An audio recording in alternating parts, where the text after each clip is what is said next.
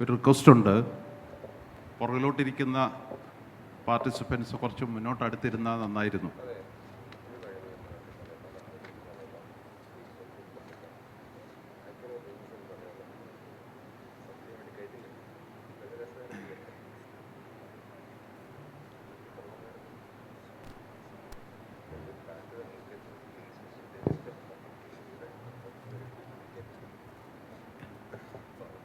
ഇന്നത്തെ നമ്മുടെ panel design and society എന്ന വിഷയത്തെ ആസ്പദമാക്കിയാണ്. ഈ പാനൽ ഡിസ്കഷനിൽ വാസ്തവത്തിൽ മോഡറേറ്റ് ചെയ്യേണ്ടിയിരുന്നത് നമ്മുടെ സുഹൃത്തായ CP ജോണാണ്. അദ്ദേഹം വരാൻ ഒരു 5-10 മിനിറ്റ് വൈകുമെന്ന് അറിയിച്ചതുകൊണ്ട് അദ്ദേഹത്തിൻ്റെ ഉത്തരവാദിത്വം ഏറ്റെടുത്തുകൊണ്ടാണ് ഞാനിവിടെ സംസാരിക്കുന്നത്. ഈ പാനൽ പങ്കെടുക്കുന്നത് ഇൻ്റർനാഷണലി അക്ലെയിംഡായ ആർക്കിടെക്റ്റ് മുജിബ് അഹമ്മദ്, കൂടാതെ ഡോക്ടർ മനോജ് കുമാർ കിനി, സുനിൽകുമാർ V ഇതുവരെ എത്തിയിട്ടില്ല. അദ്ദേഹം എത്തുമെന്നാണ് പ്രതീക്ഷ.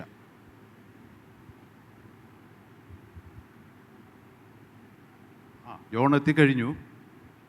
അതുകൊണ്ട് ഞാൻ എൻ്റെ ഉത്തരവാദിത്വം അദ്ദേഹത്തിലേക്ക് മൈക്ക് ഹാൻഡ് ഓവർ ചെയ്യുകയാണ്.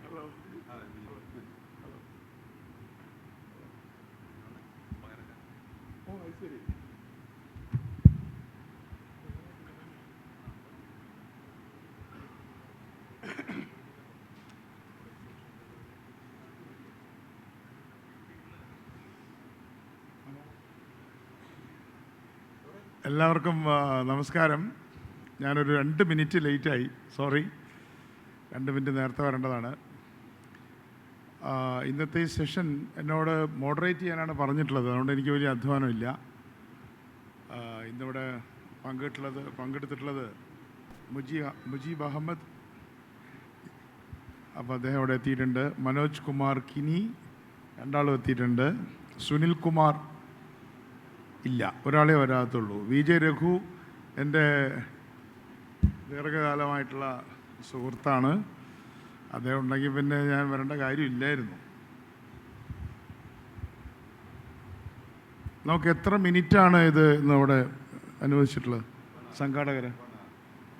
1 hour അല്ലേ? 1 മണിക്കൂർ സമയമുണ്ട്. എനിക്ക് തോന്നുന്നു 3 പേരിലേ സംസാരിക്കാനുള്ളൂ അല്ലേ? ആദ്യം ഒരു 10 മിനിറ്റ് വീതം സംസാരിച്ചാൽ പോരെ? അല്ലല്ലോ, we shall decide. What is your plan? You have any presentations or anything like that? Nothing. You'll be presenting your points within 10 minutes. Whatever, so we can have basic take. Yes. Based on what you... Okay. അപ്പോൾ നമുക്കൊരു 10 minute വീതം ആദ്യം ഉപയോഗിക്കാം. അപ്പോൾ നമുക്ക് 30 minute, എനിക്കൊരു 5 minute മതി, അല്ലെങ്കിൽ 35 മിനിറ്റ്. അത് കഴിഞ്ഞാൽ പിന്നെ 1/2 മണിക്കൂർ കൂടെ ഉണ്ട്. അപ്പോൾ അത് ക്വസ്റ്റ്യൻ ആൻസറായിട്ട് നമുക്ക് ഉപയോഗിക്കാം. ഓക്കെ? യെസ്, ഇൻറ്ററാക്ഷൻസിന് ഉപയോഗിക്കാം. 10 മിനിറ്റ് എടുക്കണം എന്ന് നിർബന്ധമില്ല. ഇഫ് യു ഹാവ് ദാറ്റ്, എന്താ പറയുക, ഒരു ഫീൽ ഉണ്ടെങ്കിൽ എടുക്കുക, അല്ലെങ്കിൽ പെട്ടെന്ന് 5 മിനിറ്റ് 7 മിനിറ്റിലോ നിർത്താം. ഞാനങ്ങനെ സമയമൊന്നും നോക്കില്ല. അപ്പോൾ ആദ്യമായിട്ട് ഞാൻ ഒന്ന് തുടങ്ങി വെക്കണമല്ലോ. ഡിസൈൻ ആൻഡ് സൊസൈറ്റി എന്നുള്ളതാണ് ഇന്നത്തെ നമ്മുടെ വിഷയം.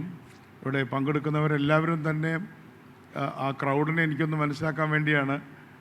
എല്ലാവരും ആർക്കിടെക്ചറിൽ വർക്ക് ചെയ്യുന്ന ഡിസൈനേഴ്സാണോ, അതോ മറ്റ് പ്രോഡക്റ്റ് ഡിസൈനേഴ്സാണോ, സോഷ്യൽ ഡിസൈനേഴ്സാണോ, എങ്ങനെയാണെന്ന് എനിക്ക് അറിഞ്ഞുകൂടാ. എനിക്ക് ആ ക്രൗഡിനെ എനിക്ക് പരിചയമില്ല.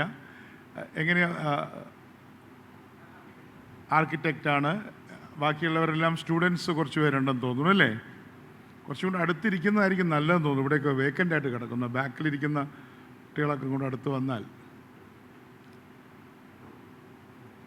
നിങ്ങൾ സ്റ്റുഡൻസ് ആണോ? ഒന്ന് പെട്ടെന്നൊന്ന് ഇൻട്രൊഡ്യൂസ് ചെയ്യാമോ? സ്റ്റുഡൻസ് ആണ്. അത് ജസ്റ്റ് സ്റ്റുഡൻസ് കൈ വന്നിച്ചാൽ മതി, അപ്പോൾ ഇൻട്രൊഡക്ഷൻ എളുപ്പമായി. Students, yes. Okay. Professional architects, very good. അപ്പം അതേഴ്സ് മാത്രം ഓക്കെ. ആരോടാണ് നമ്മൾ സംസാരിക്കുക എന്നുള്ളത് വളരെ വ്യക്തമായിരിക്കണം. എന്തായാലും ഞാൻ 2-3 മിനിറ്റ് കൊണ്ട് എൻ്റെ ആദ്യത്തെ ഒരു പ്രസൻറ്റേഷൻ അല്ല, ഒരു മോഡറേറ്റർ എന്നുള്ള 2-3 കാര്യങ്ങൾ പറയാം. ഡിസൈൻ എന്ന് പറയുന്നത് കോൺസെപ്ച്വലായിട്ടും ഫിലോസോഫിക്കായിട്ടും വളരെ പ്രധാനപ്പെട്ട ഒരു കാര്യമാണ്. നമ്മളിരിക്കുന്ന ഈ കസാരയുടെ ഡിസൈൻ മുതൽ കുടിക്കുന്ന വെള്ളത്തിൻ്റെ കുപ്പിയുടെ ഡിസൈൻ, അല്ലെങ്കിൽ ഗ്ലാസിൻ്റെ ഡിസൈൻ, ചെരുപ്പിൻ്റെ ഡിസൈൻ, ഇതൊക്കെ പ്രോഡക്റ്റ് ഡിസൈൻസാണ്. നമ്മുടെ ഓരോ പ്രോഡക്റ്റുകളുടെയും ഡിസൈനാണ്. പക്ഷേ ഡിസൈൻ ചെയ്ത് മനുഷ്യർക്ക് വലിയൊരു അബദ്ധധാരണയുണ്ട്. രഘുവിന് എന്നെക്കാളും കൂടുതൽ പറയാൻ പറ്റും. എല്ലാതും ആരെങ്കിലുമൊക്കെ ഡിസൈൻ ചെയ്തതാണെന്നാണ് നമ്മുടെ വിചാരം. അതുകൊണ്ട് നമ്മുടെ വിചാരം ഈ സൗരയൂഥം ഒരാൾ ഡിസൈൻ ചെയ്തതാണ്. അങ്ങനെ എല്ലാറ്റിൻ്റെയും പുറകിലൊരു ഡിസൈൻ ഉണ്ടായിരിക്കണം. അതിന് കോസ്മിക് ഡിസൈൻ അല്ലെങ്കിൽ അങ്ങനത്തെ ഒരു ഡിസൈൻ ഉണ്ടല്ലോ, അല്ലേ രഘു? അങ്ങനല്ലേ പറയേണ്ടത്? അപ്പോൾ എല്ലാം ഡിസൈൻ ചെയ്തതാണെന്ന് തെറ്റിദ്ധരിപ്പിച്ചൊരു സാധനമാണ് ഡിസൈൻ. പക്ഷെ എല്ലാം ഡിസൈൻ ചെയ്തതല്ല എന്നതാണ് ഞാനും രഘുവൊക്കെ വിചാരിക്കുന്നത്. അപ്പോൾ എങ്ങനെയാണ് പിന്നെ അതൊരു ഓർഡർലി ആയിട്ടുള്ള എല്ലാ കാര്യങ്ങളും ഒരു ഡിസൈനാണ് എന്നാണ് നമ്മുടെ എല്ലാം ഒരു വിചാരം. അതിനൊരു ഡിസൈനർ ഉണ്ട് എന്ന് മനുഷ്യൻ അങ്ങോട്ട് വിചാരിച്ചിരിക്കുകയാണ്. രഘു എന്നിവിടെ ഈ ടീമിലുണ്ടായത് എനിക്ക് ഭയങ്കര അത്ഭുതമാണ്, അല്ലേ? ഇലിയ പ്രകോജിനെ കാണാൻ പോയ രണ്ടാളുകളാണ് ഞങ്ങൾ. നിങ്ങൾ എത്ര പേര് ഇലിയ പ്രകോജിനെ കേട്ടിട്ടുണ്ടെന്ന് എനിക്ക് അറിഞ്ഞുകൂടാ. നോബൽ ലോറേറ്റാണ്. അദ്ദേഹത്തിൻ്റെ വിഷയം സയൻസാണ്. അദ്ദേഹം എഴുതിയ വളരെ പ്രസിദ്ധമായ ഒരു പുസ്തകം ഞാൻ എല്ലാ ഡിസൈനേഴ്സിനും വേണ്ടിയിട്ട് ഞങ്ങൾ രണ്ടുപേരും കൂടെ ഒരു ലേഖനം എഴുതിയിട്ടുണ്ട് അതിനെക്കുറിച്ച്.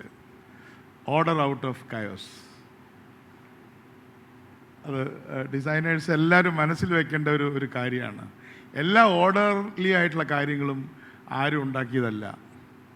ഏറ്റവും ഓർഡറിലായിട്ട് നടക്കുന്ന കാര്യങ്ങൾ ഒരു കയോസിൻ്റെ പ്രൊഡക്റ്റാണ്. അതുകൊണ്ട് കയോസ് എന്ന് പറയുന്നത് ചീത്ത കാര്യവും ഓർഡർ എന്ന് പറയുന്നത് നമ്മൾ ജഡ്ജിമാർ ഓർഡർ എന്ന് വിളിക്കുന്ന പോലെ ഒരു കാര്യമാണെന്ന് സുഗതകുമാരിയുടെ ഭാഷയിൽ പറഞ്ഞാൽ പാവം മാനവഹൃദയങ്ങൾക്ക് തോന്നിയത് അവരുടെ കുറ്റമല്ല. അപ്പം നമ്മൾ പലപ്പോഴും ആന്ത്രോപോമോർഫിക്കായിട്ടാണ് ഡിസൈനെ കാണുന്നത്. അതുകൊണ്ട് നമുക്ക് ലോകത്തെ എവിടെ നോക്കിയാലും ഈ മലകളും പുഴകളും പർവ്വതനിരകളും സൗരയൂഥവും പ്രപഞ്ചവും ഒക്കെ ഡിസൈൻ ചെയ്തതാണ്. അതിൻ്റെ പിന്നിലൊരു ഡിസൈനർ ഇല്ലെങ്കിൽ പിന്നെന്ത് എന്നുള്ള ഒരു ചിന്താഗതി നമുക്കുണ്ട്. അതിനെ വിളിക്കുന്നത് നമ്മുടെ തന്നെ ആർഗ്യുമെൻറ്റുകളുടെ അല്ലെങ്കിൽ നമ്മുടെ തന്നെ ചെയ്തികളുടെ തടവറയിലേക്ക് നമ്മൾ പോകുന്നതിൻ്റെ ഭാഗമായിട്ടാണ്. അപ്പോൾ നിങ്ങൾ ചോദിക്കുമ്പോൾ കസാര ഡിസൈൻ ചെയ്തല്ലേ, അല്ലെങ്കിൽ അതിൻ്റെ എർഗണോമിക്കൽ കാര്യങ്ങൾ ഡിസൈൻ ചെയ്തെല്ലാം. ഇതൊരു വളരെ ഫിലോസഫിക്കായിട്ടുള്ള ഒരു വലിയൊരു വിഷയമാണ്. അപ്പോൾ ഞാൻ ഇന്ന് നിങ്ങളുടെ വരുന്നതിന് വേണ്ടി ഞാൻ വീണ്ടും അതൊന്ന് ബ്രഷപ്പ് ചെയ്തു. അപ്പോൾ അത് ഒരു ക്രിയേഷനിസ്റ്റാണ് എല്ലാം ഡിസൈൻ ചെയ്തത്, അല്ലെങ്കിൽ ക്രിയേറ്ററാണ് എല്ലാം ഡിസൈൻ ചെയ്തത് എന്ന് നമുക്ക് നേച്ചറിനെ നോക്കിയിട്ട് പറയാൻ പറ്റില്ല. സോ അറ്റ്ലീസ്റ്റ് അവർ ഡിസൈൻ ഈസ് ആന്ത്രോപോമോർഫിക്. നമ്മൾ മനുഷ്യനാണ് ഡിസൈൻ ചെയ്യുന്നത്. മനുഷ്യനെയും ആരെങ്കിലും ഡിസൈൻ ചെയ്തതാണോ എന്നൊരു ചോദ്യം വളരെ പ്രസക്തമായിരുന്നു. ഇവല്യൂഷൻ തന്നെ ആരെങ്കിലും ഡിസൈൻ ചെയ്തതാണോ? ഇങ്ങനെ എന്താ പറയുക, 2 കൈയും 2 കാലും ഒക്കെയുള്ള ആംബിഡിക്സ്ട്രസ് ആയിട്ടുള്ള ഒരു യൂണിവേഴ്സ് ആരാണ് ഉണ്ടാക്കിയത്? കൃത്യമായിട്ട് എല്ലാവർക്കും 2 വശം, ആംബിഡിക്സ്ട്രോസിറ്റി എന്നാണ് അതിനെ വിളിക്കുന്നത്. ഡിസൈനിലെ ഏറ്റവും പ്രധാനപ്പെട്ട ഒരു കാര്യമാണ് ആംബിഡിക്സ്ട്രോസിറ്റി. ഇപ്പോൾ ഒരു മനുഷ്യൻ്റെ 2 ഭാഗമായിട്ടാണ് ഇപ്പോൾ ഡ്രസ്സ് ഡിസൈൻ ചെയ്യുന്നത്. ഡ്രസ് ഡിസൈനിൽ അപ്പറും ലോവറുമാണ്. പക്ഷേ മനുഷ്യൻ്റെ ശരീരം 2 സൈഡിലേക്കാണ്. അപ്പോൾ അതുകൊണ്ട് അത്തരത്തിലുള്ള വളരെ രസകരമായിട്ടുള്ള കാര്യങ്ങൾ നമുക്ക് കാണാൻ കഴിയും. പക്ഷേ നമ്മുടെ ഓരോ ഷർട്ടിനും ആ ആംബിഡിക്സ്ട്രോസിറ്റി മനസ്സിലാക്കിയിട്ട് തന്നെ നമ്മൾ ആ ഡിസൈനിന് വഴങ്ങി കൊടുത്തിട്ടുണ്ട്. ഇറ്റ്സ് വളരെ വെരി ഇൻട്രസ്റ്റിംഗ്. എന്തായാലും ഇന്നിപ്പോൾ ആർക്കിടെക്ചർ സ്റ്റുഡൻസും ഇവിടെ ഉള്ളതുകൊണ്ട് നമുക്ക് ഇന്നത്തെ ഡിസൈനിലേക്ക് നമ്മൾ പോകുമ്പോൾ അർബൻ ഡിസൈൻ എങ്ങനെയാണ് അർബൻ ഡിസൈൻ ചെയ്യുന്നത്, അർബൻ ഡിസൈനിലെ എൻജിനീയറിംഗ് സൈഡ് എന്താണ്, സോഷ്യൽ സൈഡ് എന്താണ്, എങ്ങനെയാണിപ്പോൾ അമേരിക്കയിലൊക്കെ ഡിസബിലിറ്റിയെ ഡിസ്ക്രിമിനേഷൻ ആക്ട് കൊണ്ടാണ് അവർ പരിഹരിച്ചത്. അപ്പോൾ ഡിസബിലിറ്റി എന്ന് പറയുന്നത് ഡിസബിലിറ്റി അല്ല, ഡിസബിലിറ്റി ഉള്ളവരോടുള്ള ഡിസ്ക്രിമിനേഷൻ ആണ്. അപ്പോൾ ആ ഡിസ്ക്രിമിനേഷൻ പാടില്ല എന്നതിൽ നിന്നാണ് ആ ഡിസൈൻ്റെ പ്രിൻസിപ്പിൾ ഉണ്ടാകുന്നത്. അതിന് ഡിസൈൻ്റെ ഭാഷ ഐഡിയേറ്റിയ എന്നാണ് ആ വാക്ക് ഉപയോഗിക്കുന്നത്. ഐഡിയേഷൻ എന്നുള്ള വാക്കാണ് ഉപയോഗിക്കുന്നത്. അതുകൊണ്ട് നമുക്കൊരു ഐഡിയേഷൻ ആദ്യം വേണം. എന്താണ് നമ്മൾ ആഗ്രഹിക്കുന്നത്? അർബൻ ഡിസൈനിൽ നമ്മൾ ആർക്ക് വേണ്ടിയാണ് ചെയ്യുന്നത്? അതിൻ്റെ സോഷ്യൽ കണ്ടൻറ്റ് എന്താണ്? ആ സോഷ്യൽ ഡിസൈനിൻ്റെ മുകളിലാണ് നമ്മൾ അർബൻ ഡിസൈൻ നമ്മൾ ഇമ്പോസ് ചെയ്യുന്നത്. അപ്പോൾ ആ തരത്തിലൊക്കെയുള്ള വളരെ രസകരമായിട്ടുള്ള കാര്യങ്ങൾ, ഡിസൈൻ എന്ന് പറയുന്നൊരു വലിയൊരു ലോകമാണ്. എൻ്റെ ഒരു ചെറിയ എക്സ്പീരിയൻസ്, ഞാൻ ഡിസൈനിൽ ഇടപെട്ടത് പ്ലാനിംഗ് ബോർഡ് മെമ്പർ എന്നുള്ള എനിക്ക് പ്രോഡക്റ്റ് ഡിസൈനിലാണ്, അത് ബാംബുവിലെ നാഷണൽ ഇൻസ്റ്റിറ്റ്യൂട്ട് ഓഫ് ഡിസൈനുമായിട്ട് ബന്ധപ്പെട്ടുകൊണ്ട് ബാംബു ഉപയോഗിച്ചുകൊണ്ട് എങ്ങനെ നല്ല ഡിസൈൻ ഉണ്ടാക്കാം എന്നുള്ളതിൻ്റെ ഒരുപാട് ഡീറ്റെയിൽസിലേക്ക് പോവുകയും അങ്ങനെ ഡിസൈൻ ഉണ്ടാക്കിക്കൊണ്ട് ലാംപ് ഷെയ്ഡ് മുതൽ പേന മുതൽ ഒരുപാട് കാര്യങ്ങൾ ഡിസൈൻ ചെയ്യാൻ ഞാൻ കൂടിയിട്ടുണ്ട്. അങ്ങനെ എനിക്കൊരു ചെറിയൊരു ഡിസൈൻ എക്സ്പീരിയൻസും ഉണ്ട്. അതിൻ്റെ അനുഭവങ്ങളൊക്കെ ഞാൻ പിന്നീട് നിങ്ങളോട് പറ്റുമെങ്കിൽ പങ്കുവയ്ക്കാം. എന്തായാലും ഞാൻ ആദ്യമായിട്ട് ഇതിൻ്റെ ഒരു ടോൺ സെറ്റ് ചെയ്യുന്നതിന് വേണ്ടിയിട്ട് മുജീബ് അഹമ്മദിനെ ക്ഷണിക്കുകയാണ്. Thank you. Thank you for inviting us, and thank you for the panelists. And I mean, we have an excellent line of panelists around. Sorry, I can speak in Malayalam very well, but I can't kind of put this across in Malayalam. So I'd rather speak in English. Okay, I steer away from the topic of the design and society. It's kind of a slippery slope. I sent a mail to panelists. I guess that nobody ever opened that email because I just want to steer away from the topic of design and society. That's because it's more broader and more universal and something that as architects we kind of start studying in the first year and second year and get bored of. So I rather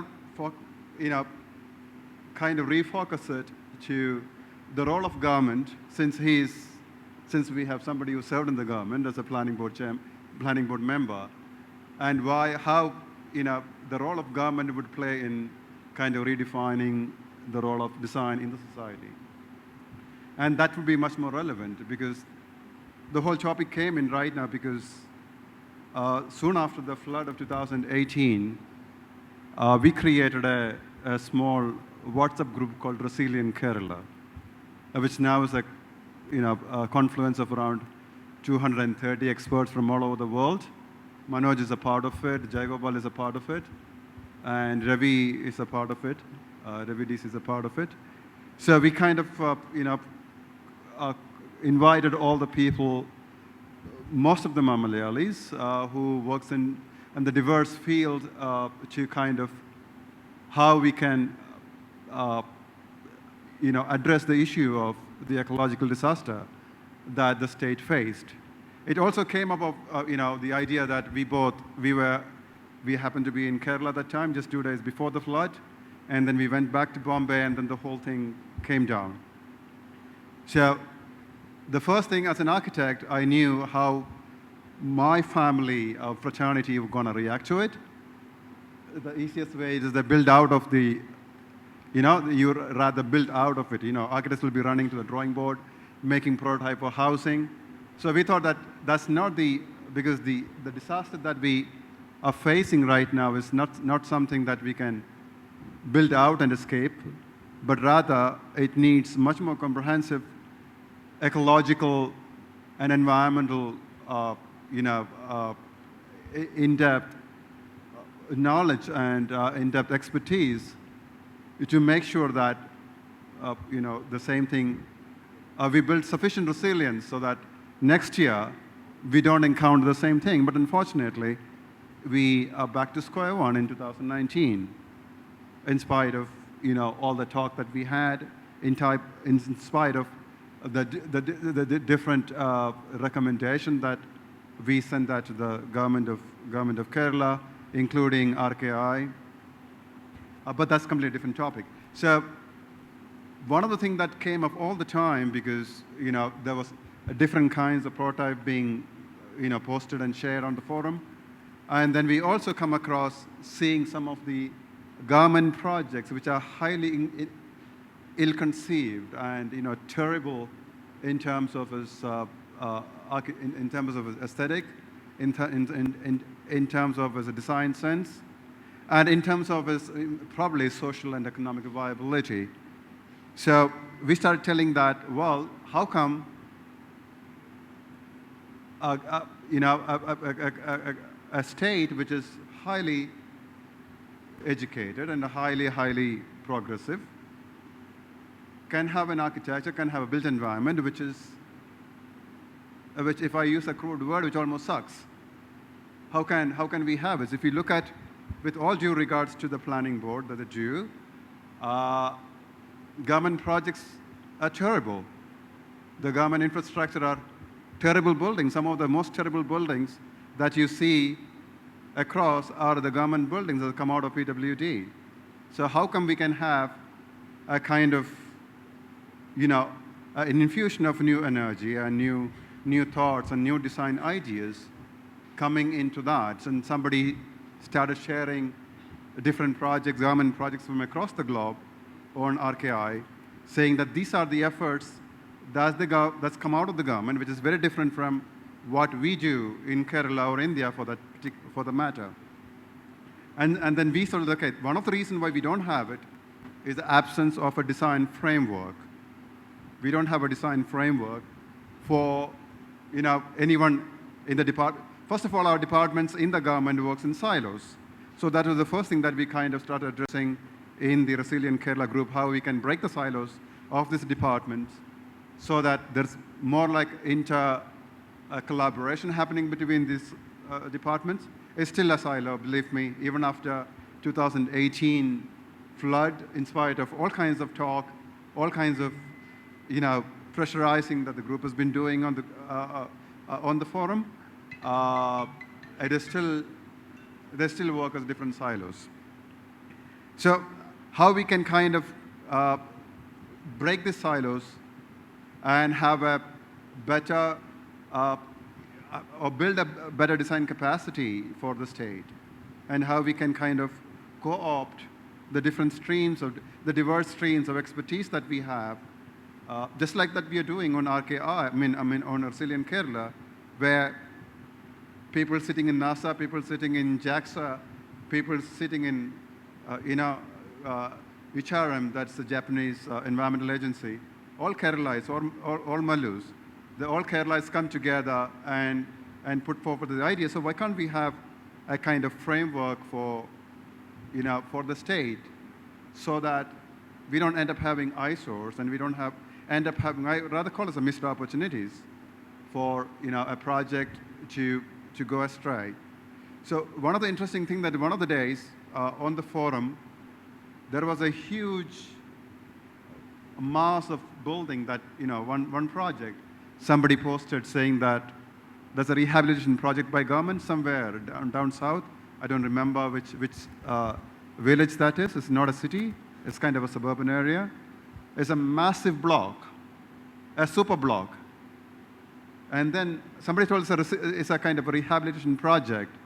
And we were all the architects and urban designers, and even people without any background of architecture or design, were kind of saying that how could this ever be a rehabilitation project? Because this seems to be, that doesn't look like a residential project to start with. It looks more like a hotel or a hospital, or it looks like a wasted building.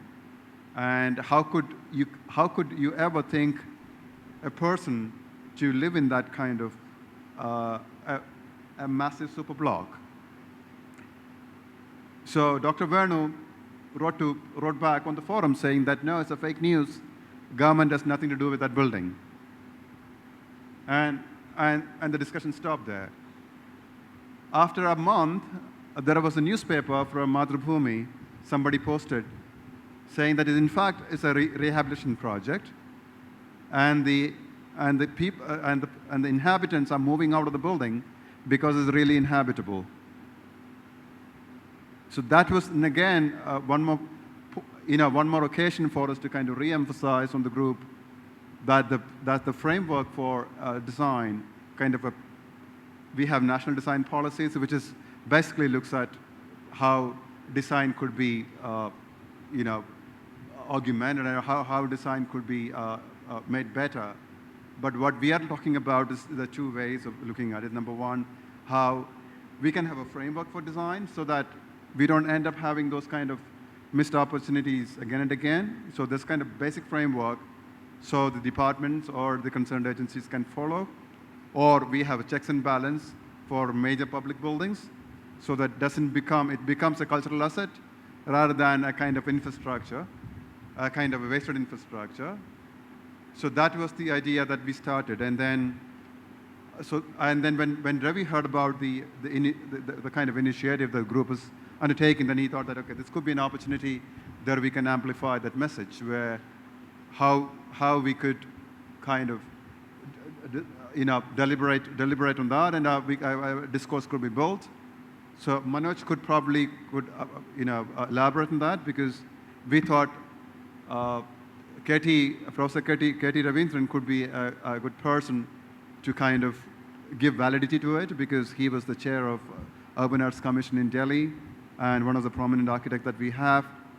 So Manoj, being his protege, has kind of the framework for what K.T. has prepared. I guess Manoj would respond on that. വളരെ നന്ദി. ഈ building design ചെയ്തിട്ടുള്ളത് loud സ്പീക്കറുകൾക്ക് വേണ്ടിയിട്ടല്ല എന്നാണ് എനിക്ക് തോന്നുന്നത്. അന്ന് loud speaker ഇല്ലാതിരുന്നത് അവരുടെ കുറ്റമല്ല. എന്തായാലും ചെറിയൊരു ബുദ്ധിമുട്ട് ഇവിടെ കേൾക്കാനുണ്ട്. നിങ്ങൾക്ക് കേൾക്കാൻ ബുദ്ധിമുട്ടുണ്ടാവില്ല എന്ന് വിചാരിക്കുന്നു. എന്തായാലും വളരെ ചുരുങ്ങിയ സമയം കൊണ്ട് ഒരു ഡിസൈൻ ഫ്രെയിംവർക്കിനെ കുറിച്ചും അതിൻ്റെ പ്രസക്തിയെക്കുറിച്ചും ഒരു സൈലോഫിക്കേഷൻ ഞങ്ങൾ പ്ലാനിംഗ് ബോർഡിൽ എപ്പോഴും പറയുന്നൊരു കാര്യമാണ്. എല്ലാ ഡിപ്പാർട്ട്മെൻറ്റുകളും ഓരോ സൈലോസായിട്ട് നിന്നുകൊണ്ട് അവരവരുടെ കാര്യങ്ങൾ ചെയ്യുകയും അതുപോലെ എങ്ങനെയാണ് നമ്മുടെ ബിൽഡിങ്ങുകളെ ഒരു കൾച്ചറൽ അസറ്റായിട്ട് മാറ്റേണ്ടത് എന്നതിനെ സംബന്ധിച്ചൊക്കെ അദ്ദേഹം വളരെ ചുരുങ്ങിയ വാക്കുകളിൽ പറഞ്ഞു. നാഷണൽ ഡിസൈൻ പോളിസി ഒരുപക്ഷെ നിങ്ങൾക്ക് എല്ലാവർക്കും ഞങ്ങളെക്കാളും കൂടുതൽ അറിയുന്നതായിരിക്കും. അതുപോലെ റീഹാബിലിറ്റേഷൻ പ്രോഗ്രാംസ് വരുന്ന സമയത്ത് you said it was horrifying, that building, or it was okay? It was okay, that building was okay? The building was a massive super block. അതെ, super block. Nobody would ever live, get in that building. അതെ, അതായത് റീഹാബിലിറ്റേഷന് വേണ്ടിയിട്ട് പണിത കെട്ടിടം തന്നെ ഒരു ദുരന്തമായിട്ട് it became a disaster. Design disaster ആയിരുന്നു എന്നാണ് അദ്ദേഹം പറഞ്ഞത്. ഞങ്ങൾക്ക് എല്ലാവർക്കും അത് ഫോളോ ചെയ്ത് ക്വസ്റ്റ്യൻസ് ചോദിക്കാം. അടുത്തതായിട്ട് are you speaking Raghu? Manoj. Okay.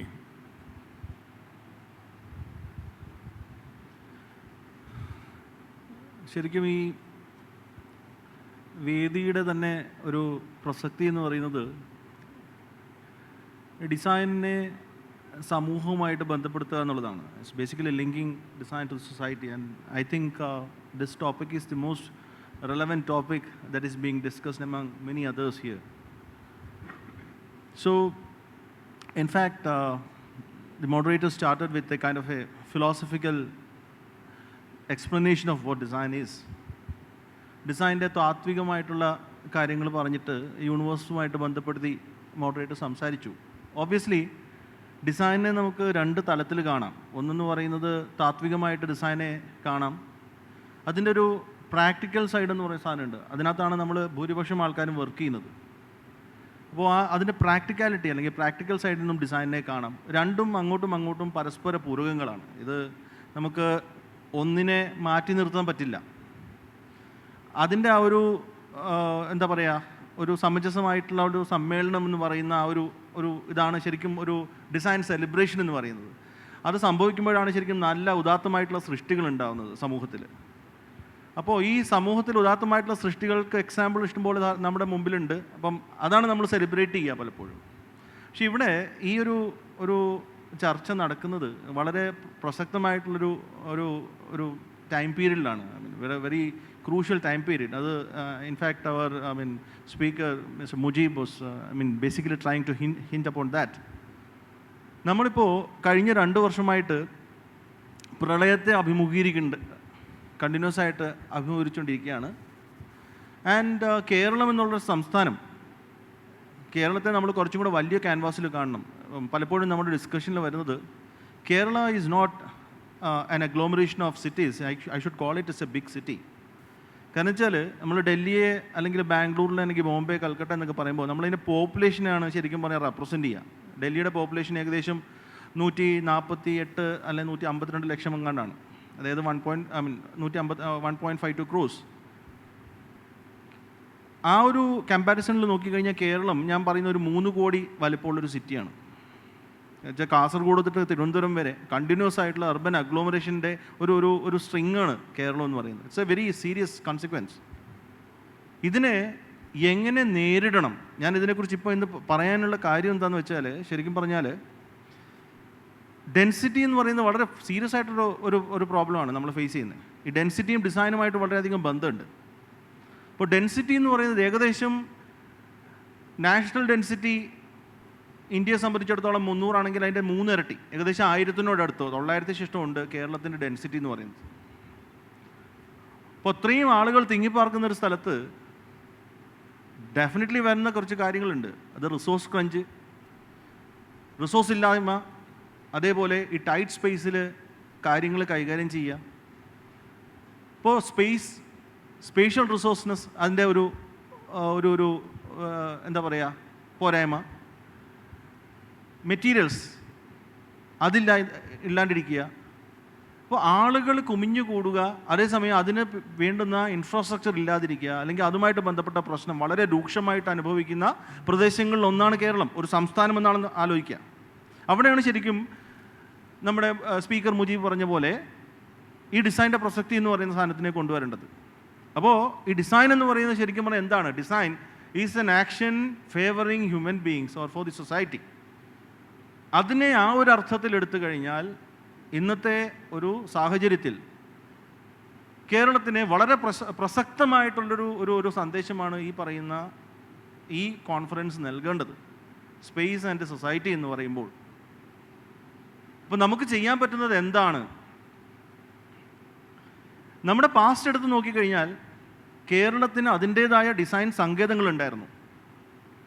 അതിൻ്റേതായ ഡിസൈൻ സങ്കേതങ്ങൾ എന്ന് പറയുമ്പോൾ നമ്മുടെ ഹാബിറ്റാറ്റ് എടുത്തു കഴിഞ്ഞാൽ, നമ്മുടെ ബിൽഡിങ്സ് എടുത്തു കഴിഞ്ഞാൽ വളരെ റിഫൈൻഡ് ആയിട്ടുള്ളൊരു ബിൽറ്റ് വൊക്കാബുലറി ഉണ്ടായിരുന്ന സ്ഥലമാണ് കേരളം.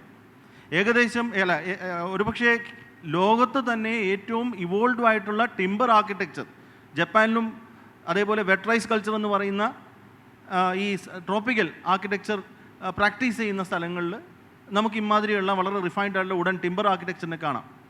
അതിൽ തന്നെ ഏറ്റവും കൂടുതൽ ജോയിൻ്ററി സിസ്റ്റം സ്വന്തമായിട്ടുണ്ടായിരുന്ന, നമ്മളത് ഒരിക്കലും ഡോക്യുമെൻ്റ് ചെയ്തിട്ടില്ല, അത് വേറൊരു പ്രശ്നമാണ്, ഉണ്ടായിരുന്നൊരു സ്ഥലമാണ് കേരളം. ഡോക്യുമെൻ്റ് ചെയ്തിട്ടില്ല എന്ന് പറയും. ടിമ്പർ ജോയിൻ്ററി. അപ്പോൾ ഈ ടിമ്പർ ജോയിൻ്ററി സിസ്റ്റം ഞാൻ പറഞ്ഞു വരുന്നത് അത് ഡിസൈൻ്റെ ഒരു ഇതാണ്. ഇനി ഒരു തമാശ ഉള്ള കാര്യം ഞാൻ പറയാം. തമാശ അല്ല, സീരിയസ് ആയിട്ട് കാര്യം. അതായത് നമ്മുടെ ഡിസൈൻ സ്കൂൾസ് എടുത്തു കഴിഞ്ഞാൽ, ഇപ്പം NID ഉണ്ട്, പിന്നെ അതേപോലെയുള്ള ആർക്കിടെക്ചർ സ്കൂൾസ് ഉണ്ട്. ഓൾ ഇന്ത്യ തലത്തിൽ ഈ ഡിസൈൻ സ്ഥാപനങ്ങളിൽ പഠിച്ചിറങ്ങിയ കുട്ടികളുടെ കണക്ക് എടുത്തു കഴിഞ്ഞാൽ, കഴിഞ്ഞ ദിവസം ഒരു എഡ്യൂക്കേഷണൽ എക്സ്പേർട്ട് പറയുന്നുണ്ടായിരുന്നു 40% ആൾക്കാരും മലയാളികളാണ്. ആദ്യത്തെ NID ബാച്ച് IIT IDC തുടങ്ങിയപ്പോൾ അതിനകത്ത് ആകെ ഉണ്ടായിരുന്ന കുട്ടികളിൽ 40%-ലധികം കുട്ടികളും മലയാളികളായിരുന്നു. ഇത് വളരെ രസകരമായിട്ടുള്ള കണക്കാണ്. അപ്പോൾ ഡിസൈൻ പഠിക്കുവാൻ താല്പര്യരായിട്ടുള്ള, ഡിസൈനോട് ഇൻട്രസ്റ്റ് ഉള്ള ധാരാളം ആൾക്കാരുള്ള സ്ഥലമാണ് കേരളം എന്ന് പറയുന്നത്. ഇതിനെ നമ്മൾ ചേർത്ത് വായിക്കണം.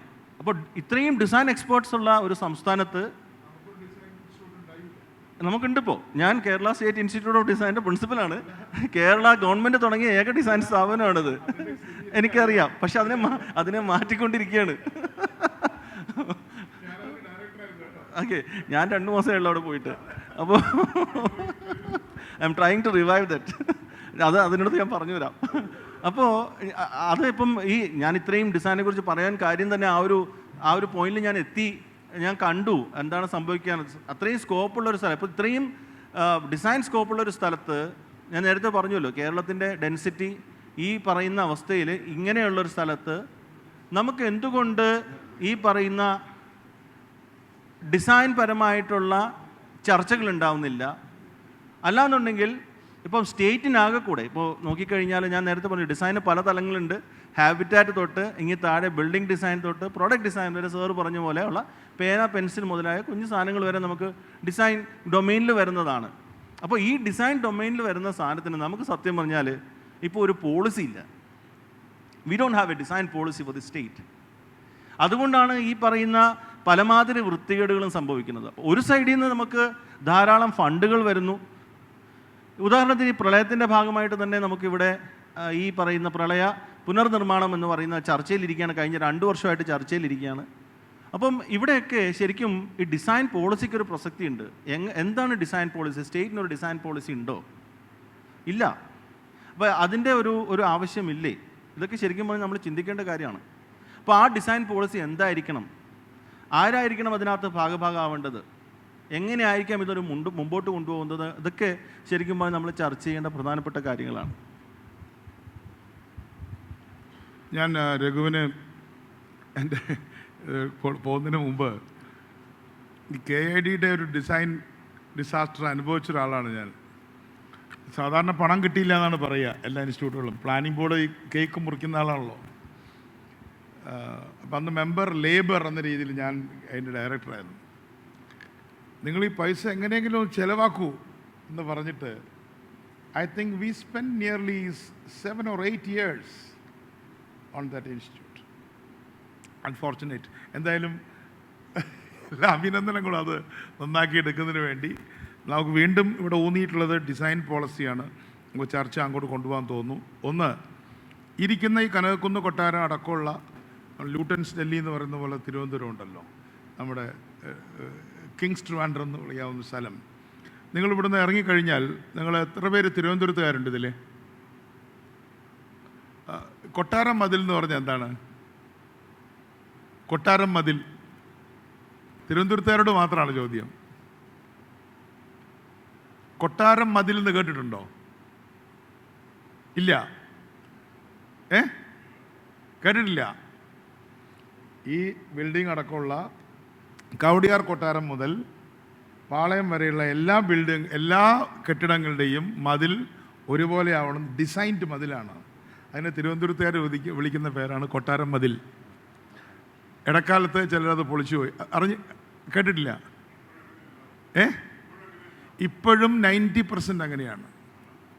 90% അങ്ങനെയാണ്. Take it from me. അവിടെ പോയി നോക്കാൻ വേണമെങ്കിൽ വെൽ ഡിസൈൻഡ് ആയിട്ടൊരു അർബൻ ഡിസൈനാണ് തിരുവനന്തപുരത്ത് ഉണ്ടായിരുന്നത്. അതെന്തായാലും ആ ഡിസൈൻ പോളിസിയിലേക്ക് നമുക്ക് ഫോക്കസ് ചെയ്യാം. രഘു. ഇപ്പോൾ 2 പ്രൊഫഷണൽ ഡിസൈനേഴ്സിൻ്റെ മധ്യത്തിലിരുന്നാണ് ഞാൻ സംസാരിക്കുന്നത്. അതുകൊണ്ട് അവരുടെ എക്സ്പെർട്ടൈസിൻ്റെ ഡൊമൈനിലേക്ക് ഞാൻ കടക്കാനുള്ള കോമ്പിറ്റൻസ് എനിക്കില്ല. പക്ഷെ എങ്കിലും നമ്മുടെ ചർച്ച ഇപ്പോൾ എത്തിയിരിക്കുന്നത് ഈ നമ്മുടെ വിഷയത്തിൻ്റെ പേര് ഡിസൈൻ ആൻഡ് സൊസൈറ്റി എന്ന് പറയുന്ന വളരെ ബ്രോഡ് ആൻഡ് അബ്സ്ട്രാക്റ്റായ ഒരു വിഷയത്തെക്കുറിച്ചാണ് ഈ ഡിസ്കഷൻ ഇവിടെ വിഭാവന ചെയ്തതെങ്കിൽ പോലും 2 ഡിസൈനേഴ്സിൻ്റെ സംസാരം കേട്ട് കഴിഞ്ഞപ്പോൾ എങ്ങനെ നാം ജീവിക്കുന്ന ഈ വർത്തമാന സാഹചര്യത്തിൽ കേരളത്തിലെ നഗരങ്ങൾക്കും ഗ്രാമങ്ങൾക്കും വളരെ ശാസ്ത്രീയമായ ഒരു ഡിസൈൻ പോളിസി ഗവൺമെൻറ് തലത്തിൽ എങ്ങനെ ആവിഷ്കരിക്കാം എന്നതിനെക്കുറിച്ചാണ് ആ ഫീൽഡിൽ എക്സ്പെർട്ടുകളായ ആളുകൾ വിരൽ ചൂണ്ടിയിരിക്കുന്നത്. പക്ഷേ അങ്ങനെ ഒരു ഡിസൈൻ പോളിസി കേരളത്തിൽ ബോധപൂർവമായ ഗവൺമെൻറ്റിൻ്റെ ഒരു ഡിപ്പാർട്ട്മെൻറ്റായോ അല്ലെങ്കിൽ ഒരു നയരൂപീകരണ സമിതിയായോ രൂപം കൊള്ളുന്നതിൽ ഒരു വിദഗ്ധൻ എന്നുള്ള എനിക്ക് വലുതായിട്ട് കോൺട്രിബ്യൂട്ട് ചെയ്യാനില്ല. എങ്കിൽ പോലും അതിനെക്കുറിച്ച് സംസാരിക്കുമ്പോൾ ഇവർ ഇത്ര അടിയന്തര പ്രാധാന്യത്തോടു കൂടി ഒരു ഡിസൈൻ പോളിസിയുടെ ഇമ്മീഡിയസിയെക്കുറിച്ച് 2 ഡിസൈനേഴ്സ് സൂചിപ്പിക്കാനുള്ള കാരണത്തെക്കുറിച്ച് അവർ തന്നെ സൂചിപ്പിക്കേണ്ട. 1 വർഷത്തെ ഇടവേളയിൽ നാം കേരള സമൂഹം 2 വലിയ പ്രളയത്തെയാണ് നമുക്ക് നേരിടേണ്ടി വന്നിട്ടുള്ളത്. പക്ഷേ ഈ കോണ്ടെക്സ്റ്റിലാണ് ഒരു ഡിസൈൻ പോളിസിയുടെ അടിയന്തര പ്രാധാന്യത്തെക്കുറിച്ച് അവർ പറയുന്നത്. ഇത് പറയുന്നതിന് മുൻപ് ഇതിനെക്കുറിച്ച് ഒരു സാമൂഹ്യ ശാസ്ത്രജ്ഞ എന്ന നിലയ്ക്ക് ഈ പ്രശ്നങ്ങളെ നോക്കിക്കാണുന്ന ഒരാളെന്നുള്ള നിലയ്ക്ക് നേരത്തെ ശ്രീ CP ജോൺ പറഞ്ഞ ചില കാര്യങ്ങളെ കോംപ്ലിമെൻ്റ് ചെയ്ത് സംസാരിക്കാനാണ് എനിക്കറിയാവുന്നത്. അപ്പോൾ അദ്ദേഹം പറഞ്ഞ കാര്യത്തെ ഒരൊറ്റ വാക്കിൽ ഞാൻ പറയുകയാണെങ്കിൽ, CP ജോൺ ആദ്യം മോഡറേറ്റ് ചെയ്തുകൊണ്ട് സംസാരിച്ചപ്പോൾ അദ്ദേഹം വളരെ വിശദമായി പറഞ്ഞതിനെ ഞാൻ വിശേഷിപ്പിക്കുന്നത് ഈ രംഗത്ത് ഒരു ഡാർവീനിയൻ തിങ്കിങ്, അതാണ് അദ്ദേഹം വിശദീകരിച്ച് പറഞ്ഞത്. ഒരു ഡാർവീനിയൻ തിങ്കിങ്ങിൻ്റെ ആവശ്യമുണ്ട്. കാരണം സാധാരണ ജനങ്ങൾ നിങ്ങൾ വളരെ ഗ്രാൻഡിയറായ ഒരു ഡിസൈൻ, കോംപ്ലക്സിറ്റി, ഡൈവേഴ്സിറ്റിയൊക്കെ പ്രകൃതിയിൽ കാണുമ്പോൾ സ്വാഭാവികം ആളുകൾ വിചാരിക്കും ഇതിൻ്റെ പിന്നിൽ ഒരു ഇൻ്റലിജൻറ്റ് ഡിസൈനറുണ്ട്. ആ ഇൻ്റലിജൻറ്റ് ഡിസൈനർ എന്ന് പറയുന്നത് സൃഷ്ടാവാകാം, ദൈവമാകാം, അള്ളാഹുവാകാം, എന്തുമാകാം. പക്ഷെ ഈ സങ്കല്പത്തെയാണ് ഡാർവിൻ തകർത്തത്. പ്രകൃതിയിൽ വളരെ ഗ്രാജ്വലായി ക്യുമുലേറ്റീവായ പ്രോസസ്സിലൂടെ ഇവോൾവ് ചെയ്യുന്ന ചെറിയ ചെറിയ മാറ്റങ്ങൾ ചിലപ്പോൾ വലിയ ഗ്രാൻഡ് ഡിസൈനായി മാറാം. അങ്ങനെ ഡിസൈൻ ആവിർഭവിക്കുന്നതിൽ ഒരു ഡിസൈനറുടെ, ഒരു ആർക്കിടെക്റ്റിൻ്റെ ആവശ്യമില്ലാതെ തന്നെ ഈ ഭൗതിക പ്രകൃതിയിൽ ഇത്തരത്തിലുള്ള ഡിസൈൻ ഉണ്ടാകാം. അങ്ങനെ ഉണ്ടാകാമെന്നതിന് ഒരു ഡിസൈനറുടെ പ്രസക്തിയെ ഇൻവോക്ക് ചെയ്യാതെ തന്നെ ശാസ്ത്രീയമായി ഫിസിക്കൽ നേച്ചറിലെ ഇത്തരത്തിലുള്ള ഡിസൈനുകളെ ശാസ്ത്രീയ പ്രകൃതി നിയമങ്ങളിലൂടെ തന്നെ വിശദീകരിക്കാൻ കഴിയുമെന്ന് കോപ്പർനിക്കസിന് ശേഷം അതിൻ്റെ അക്കംപ്ലിഷ്മെൻ്റ് എന്നുള്ള നിലയ്ക്ക് ഡാർവിൻ പ്രൂവ് ചെയ്തു. ഇത് ഞാൻ പറയാൻ കാരണം, ഇപ്പോൾ ഈ 2 പ്രളയങ്ങളുടെ പശ്ചാത്തലത്തിൽ സാധാരണ ജനങ്ങളുടെ ഇടയിൽ രൂഢമൂലമായിക്കൊണ്ടിരിക്കുന്ന ചിന്തയുണ്ട്. ഇത്തരം വലിയ പ്രളയങ്ങൾക്ക് കേരളം വിധേയമാകുന്നതിൻ്റെ കാരണം പ്രകൃതിയുടെ തനതായ അല്ലെങ്കിൽ പ്രകൃതിയിൽ നൈസർഗികമായി ഉണ്ട് എന്ന് സാധാരണ ജനങ്ങൾ വിശ്വസിക്കുന്ന ചില ഡിസൈനുകൾ, ഗോഡ് മെയ്ഡ് ഡിസൈനുകൾ മനുഷ്യൻ്റെ ബോധപൂർവമായ ഇടപെടലുകൾ കൊണ്ട് തകരുന്നു എന്ന ഒരു വിശ്വാസമാണ് സാധാരണ കോമൺ സെൻസ് നോഷൻ എന്ന് പറയുന്നത്. അപ്പോൾ പ്രകൃതിയിൽ നമ്മുടെ ഈ മലയിടിച്ചിൽ, ഉരുൾപൊട്ടൽ, നദിയിൽ വെള്ളം പൊങ്ങുക, മറ്റ് കൃഷി സ്ഥലങ്ങൾ വെള്ളത്തിനടിയിലാവുക, പാർപ്പിട വാസസ്ഥാനങ്ങൾ വെള്ളത്തിനടിയിലാകുക, ഇതൊക്കെ തന്നെ പ്രകൃതിയുടെ സ്വതസിദ്ധമായ ഡിസൈന്, രൂപകൽപ്പനയെ, അല്ലെങ്കിൽ ദൈവം പ്രകൃതിക്ക് വേണ്ടിയും മനുഷ്യന് വേണ്ടിയും മുൻകൂർ ആവിഷ്കരിച്ചിട്ടുള്ള ഒരു ഡിസൈൻ പദ്ധതിയെ മനുഷ്യൻ്റെ ബോധപൂർവമായ ഇടപെടലുകൾ കൊണ്ട് തകർക്കുന്നു, അല്ലെങ്കിൽ അതിനെ അലങ്കോലമാക്കുന്നു. അതിൻ്റെ ഋതം തകരുന്നത് കൊണ്ടാണ് ദൈവത്തിനുണ്ടാകുന്ന കോപം ആണ് ഇത്തരത്തിലുള്ള പ്രകൃതി ഈ ദുരന്തങ്ങളായും പ്രളയങ്ങളായും സംഭവിക്കുന്നത്. ഈ അടുത്ത കാലത്ത് ഇപ്പോഴത്തെ ഈ പ്രളയം ഉണ്ടായപ്പോലും കേരളത്തിൽ വ്യാപകമായി ഈ സാമൂഹിക മാധ്യമങ്ങളിലൂടെ പ്രചരിപ്പിച്ച ഒരു മിത്ത് ചില ആളുകൾ, തിരുവനന്തപുരം, കൊല്ലം ജില്ലയിലാണ് ഈ 2 പ്രളയ ദുരന്തങ്ങളും ഏറ്റവും കുറച്ച് സ്വാധീനിച്ചത്. അപ്പം ഇതിന് സാധാരണ ആളുകൾ കണ്ടെത്തുന്ന ഒരു എക്സ്പ്ലനേഷൻ എന്ന് പറയുന്നത്, കാരണം തിരുവനന്തപുരത്തെ പ്രളയം ബാധിക്കാത്തതിന് കാരണം ശ്രീപത്മനാഭൻ ഇവിടെ ഇരിക്കുന്നതുകൊണ്ടാണ്. അപ്പോൾ ഇവരാരും ചിന്തിക്കുന്നില്ല, ശബരിമല പത്മനാഭ ക്ഷേത്രത്തിൽ പോകുന്നതിൻ്റെ എത്രയോ 100 കണക്കിന് ഇരട്ടി ആളുകൾ സന്ദർശിക്കുന്ന ഈ ശബരിമല ക്ഷേത്രത്തിൻ്റെ വലിയൊരു ഭാഗവും വെള്ളത്തിനടിയിലായി. അപ്പോൾ ചില ദൈവങ്ങൾക്ക് തന്നെ ഹയറാർക്കി ഉണ്ടാക്കുകയും, ഈ പത്മനാഭൻ കൂടുതൽ ശക്തിയുള്ള ദൈവം ആയതുകൊണ്ടായിരിക്കാൻ പത്മനാഭൻ ഉള്ളിടത്തോളം കാലം തിരുവനന്തപുരത്തെ വെള്ളപ്പൊക്കമോ മറ്റ് നാച്ചുറൽ ഡിസാസ്റ്ററോ ബാധിക്കുകയില്ല. അപ്പോൾ ഇതിൻ്റെയൊക്കെ ഇത്തരം വിശ്വാസങ്ങളുടെയും ധാരണകളുടെയും പിന്നിൽ പ്രവർത്തിക്കുന്നത് പ്രകൃതിയിൽ ഒരു ഡിസൈൻ ഉണ്ട്. ഇതിന് ഹൈപ്പോഫിസിക്സ് എന്നാണ് പറയുന്നത്. ഈ ഫിസിക്സ് അല്ലാതെ പ്രകൃതിയിൽ നിഗൂഢമായ ശക്തികൾ പ്രവർത്തിക്കുന്നു എന്ന് വിശ്വസിക്കുന്ന ധാരണയാണ് അടുത്ത കാലത്ത് ഇറങ്ങിയ ഗാന്ധിയൻ ഫിലോസഫി. ജോണ് കൂടെ കേൾക്കാനാണ്. അടുത്ത കാലത്ത് വളരെ വിവാദമായൊരു പുസ്തകം ഇറങ്ങിയിട്ടുണ്ട്. ഫിലോസഫി ചേർന്ന് ഇന്ത്യക്കാരാണ്, മലയാളികളാണ്. Gandhian philosophy on theological anti politics, രാഷ്ട്രീയ വിരുദ്ധമായ ദൈവശാസ്ത്രം, ഗാന്ധിജിയുടെ പൊളിറ്റിക്സിനെ അവർ വിശേഷിപ്പിക്കുന്നതാണ്. അപ്പോൾ അതിനകത്ത് അവർ ഓൺ തിയോളജിക്കൽ ആൻറ്റി പൊളിറ്റിക്സ്, അപ്പോൾ അതിനകത്ത് ആ പുസ്തകത്തിനകത്ത് അവർ പറയുന്നത് മൊത്തം ഗാന്ധിയുടെ ചിന്താവ്യവസ്ഥയെ അവർ അനലൈസ് ചെയ്യുകയാണ്. അതിനുവേണ്ടി അവർ ആവിഷ്കരിക്കുന്ന ഒരു പുതിയ കോൺസെപ്റ്റാണ് ഹൈപ്പോഫിസിക്സ് എന്നത്. പ്രകൃതിയിൽ ഹൈപ്പോഫിസിക്സ്, പ്രകൃതിയിൽ തനതായ ഇൻഹറൻ്റായ ഒരു മൂല്യമുണ്ട് എന്ന്. അതിപ്പോൾ ഗാന്ധിജി തന്നെ വില്ലേജ് ലൈഫ് എന്ന് പറയുന്നത് പ്രകൃതി തനതായ ഋതമാണ്. നിങ്ങൾ വില്ലേജ് കൃഷി ഉഴുന്നതും നിങ്ങൾ വീട്ടിൽ താമസിക്കുന്നതും വളരെ സാവധാനം നടക്കുന്നതൊക്കെ തന്നെ പ്രകൃതിയുടെ ഋതത്തിൽ നടക്കുകയാണ്. നിങ്ങൾ റെയിൽവേ സ്റ്റേഷൻ ഉണ്ടാക്കുക, നിങ്ങൾ സ്കൂൾ ഉണ്ടാക്കുക, അത് വേറെ കാര്യം. അപ്പോൾ നിങ്ങൾ അതെ അപ്പോൾ ഈ റെയിൽവേ സ്റ്റേഷൻ ഉണ്ടാക്കുക, വേഗത്തിൽ സ്പീഡിൽ സഞ്ചരിക്കുക. അപ്പം ദൈവസൃഷ്ടമായ നിയമങ്ങളിൽ നിന്ന് മനുഷ്യൻ അകന്നു പോകുന്നതിനെയാണ് ഗാന്ധിജിയുടെ ഭാഷയിൽ അദ്ദേഹം സിവിലൈസേഷൻ എന്ന് പറഞ്ഞത്. അപ്പോൾ അദ്ദേഹത്തിൻ്റെ ആയുഷ്കാല ഫൈറ്റ് എന്ന് പറയുന്നത് ഈ ദൈവസൃഷ്ടമായ നിയമങ്ങളിൽ നിന്ന് അതിവേഗതയിൽ ഒരു സ്കെയിലോളജിയിൽ സംസ്കാരത്തിലേക്ക് നാഗരികതയിലേക്കുള്ള മനുഷ്യൻ്റെ ദ്രുതപ്രയാണത്തിനെതിരെയായിരുന്നു ഗാന്ധിജിയുടെ സമരം, ഗാന്ധിജിയുടെ ചിന്ത എന്ന് പറയുന്നത്. അപ്പോൾ ഇതിനെ വിശേഷിപ്പിക്കാനാണ്, ഈ പ്രകൃതി തന്നെ ഒരു മൂല്യമാണ് എന്ന ഒരു വിശ്വാസത്തെ, ഒരു ചിന്താവ്യവസ്ഥയെ സൂചിപ്പിക്കാനാണ് ഈ ഫിലോസഫേഴ്സ് അവരുടെ പുസ്തകത്തിൽ ഹൈപ്പോ ഫിസിക്സ് എന്ന കോൺസെപ്റ്റ് ഉപയോഗിക്കുന്നത്. അപ്പോൾ ഈ ഹൈപ്പോ ഫിസിക്സ് എന്ന കോൺസെപ്റ്റിനെ കുറിച്ചാണ് തങ്ങൾ പറയുന്നതെന്ന് സാധാരണ ആളുകൾക്ക് അറിയത്തില്ലെങ്കിൽ പോലും നമ്മുടെ ആളുകളുടെ വിചാരം പ്രകൃതി ദുരന്തങ്ങളും അതുപോലെയുള്ള ഈ കാര്യങ്ങളൊക്കെ ഉണ്ടാകുന്നത് പ്രകൃതിയുടെ തനതായ അന്തർലീനമായ പ്രകൃതിക്ക് ചില മൂല്യങ്ങളും ധാർമ്മികതയുണ്ട്. അല്ലെങ്കിൽ മോറൽ നേച്ചർ, പ്രകൃതി തന്നെ ഒരു ധാർമ്മിക വ്യവസ്ഥയായി കാണുക. മൊറാലിറ്റി, എത്തിക്സ് എന്നൊക്കെ പറയുന്നത് മനുഷ്യൻ, അതെ. കാരണം ഈ നേരത്തെ ഞാൻ പറഞ്ഞ ഡാർവീനിയൻ തിങ്കിങ്ങിൻ്റെയും കോപ്പർനിക്കൻ തിങ്കിങ്ങിൻ്റെയും ഒക്കെ പ്രത്യേകത പ്രകൃതിയെ a system of matter in motion that can be explained by means of natural laws എന്നുള്ളതാണ് ഫിസിക്സ് എന്ന് പറയുന്നത്. അതിനകത്ത് പ്രത്യേകിച്ച് മൂല്യങ്ങളോ ധാർമ്മികതയോ ഒന്നുമില്ല. ഇതൊക്കെ ഈ പ്രകൃതിയിലെ വസ്തുക്കൾക്ക് മേൽ, പ്രകൃതി വ്യവസ്ഥകൾക്ക് മേൽ മനുഷ്യൻ അവൻ്റെ വിവിധ ജീവിത സാഹചര്യങ്ങളിൽ അവൻ ആരോപിക്കുന്ന അല്ലെങ്കിൽ അവൻ നിർമ്മിക്കുന്ന സങ്കല്പങ്ങളാണ് മൂല്യങ്ങൾ, ധാർമ്മികത, നൈതികത എന്നൊക്കെ പറയുന്നത്. പക്ഷേ ഇതെല്ലാം പ്രകൃതിയിൽ ആൾറെഡി ഉള്ളതാണ്, ദൈവം കൽപ്പിച്ചതാണ്.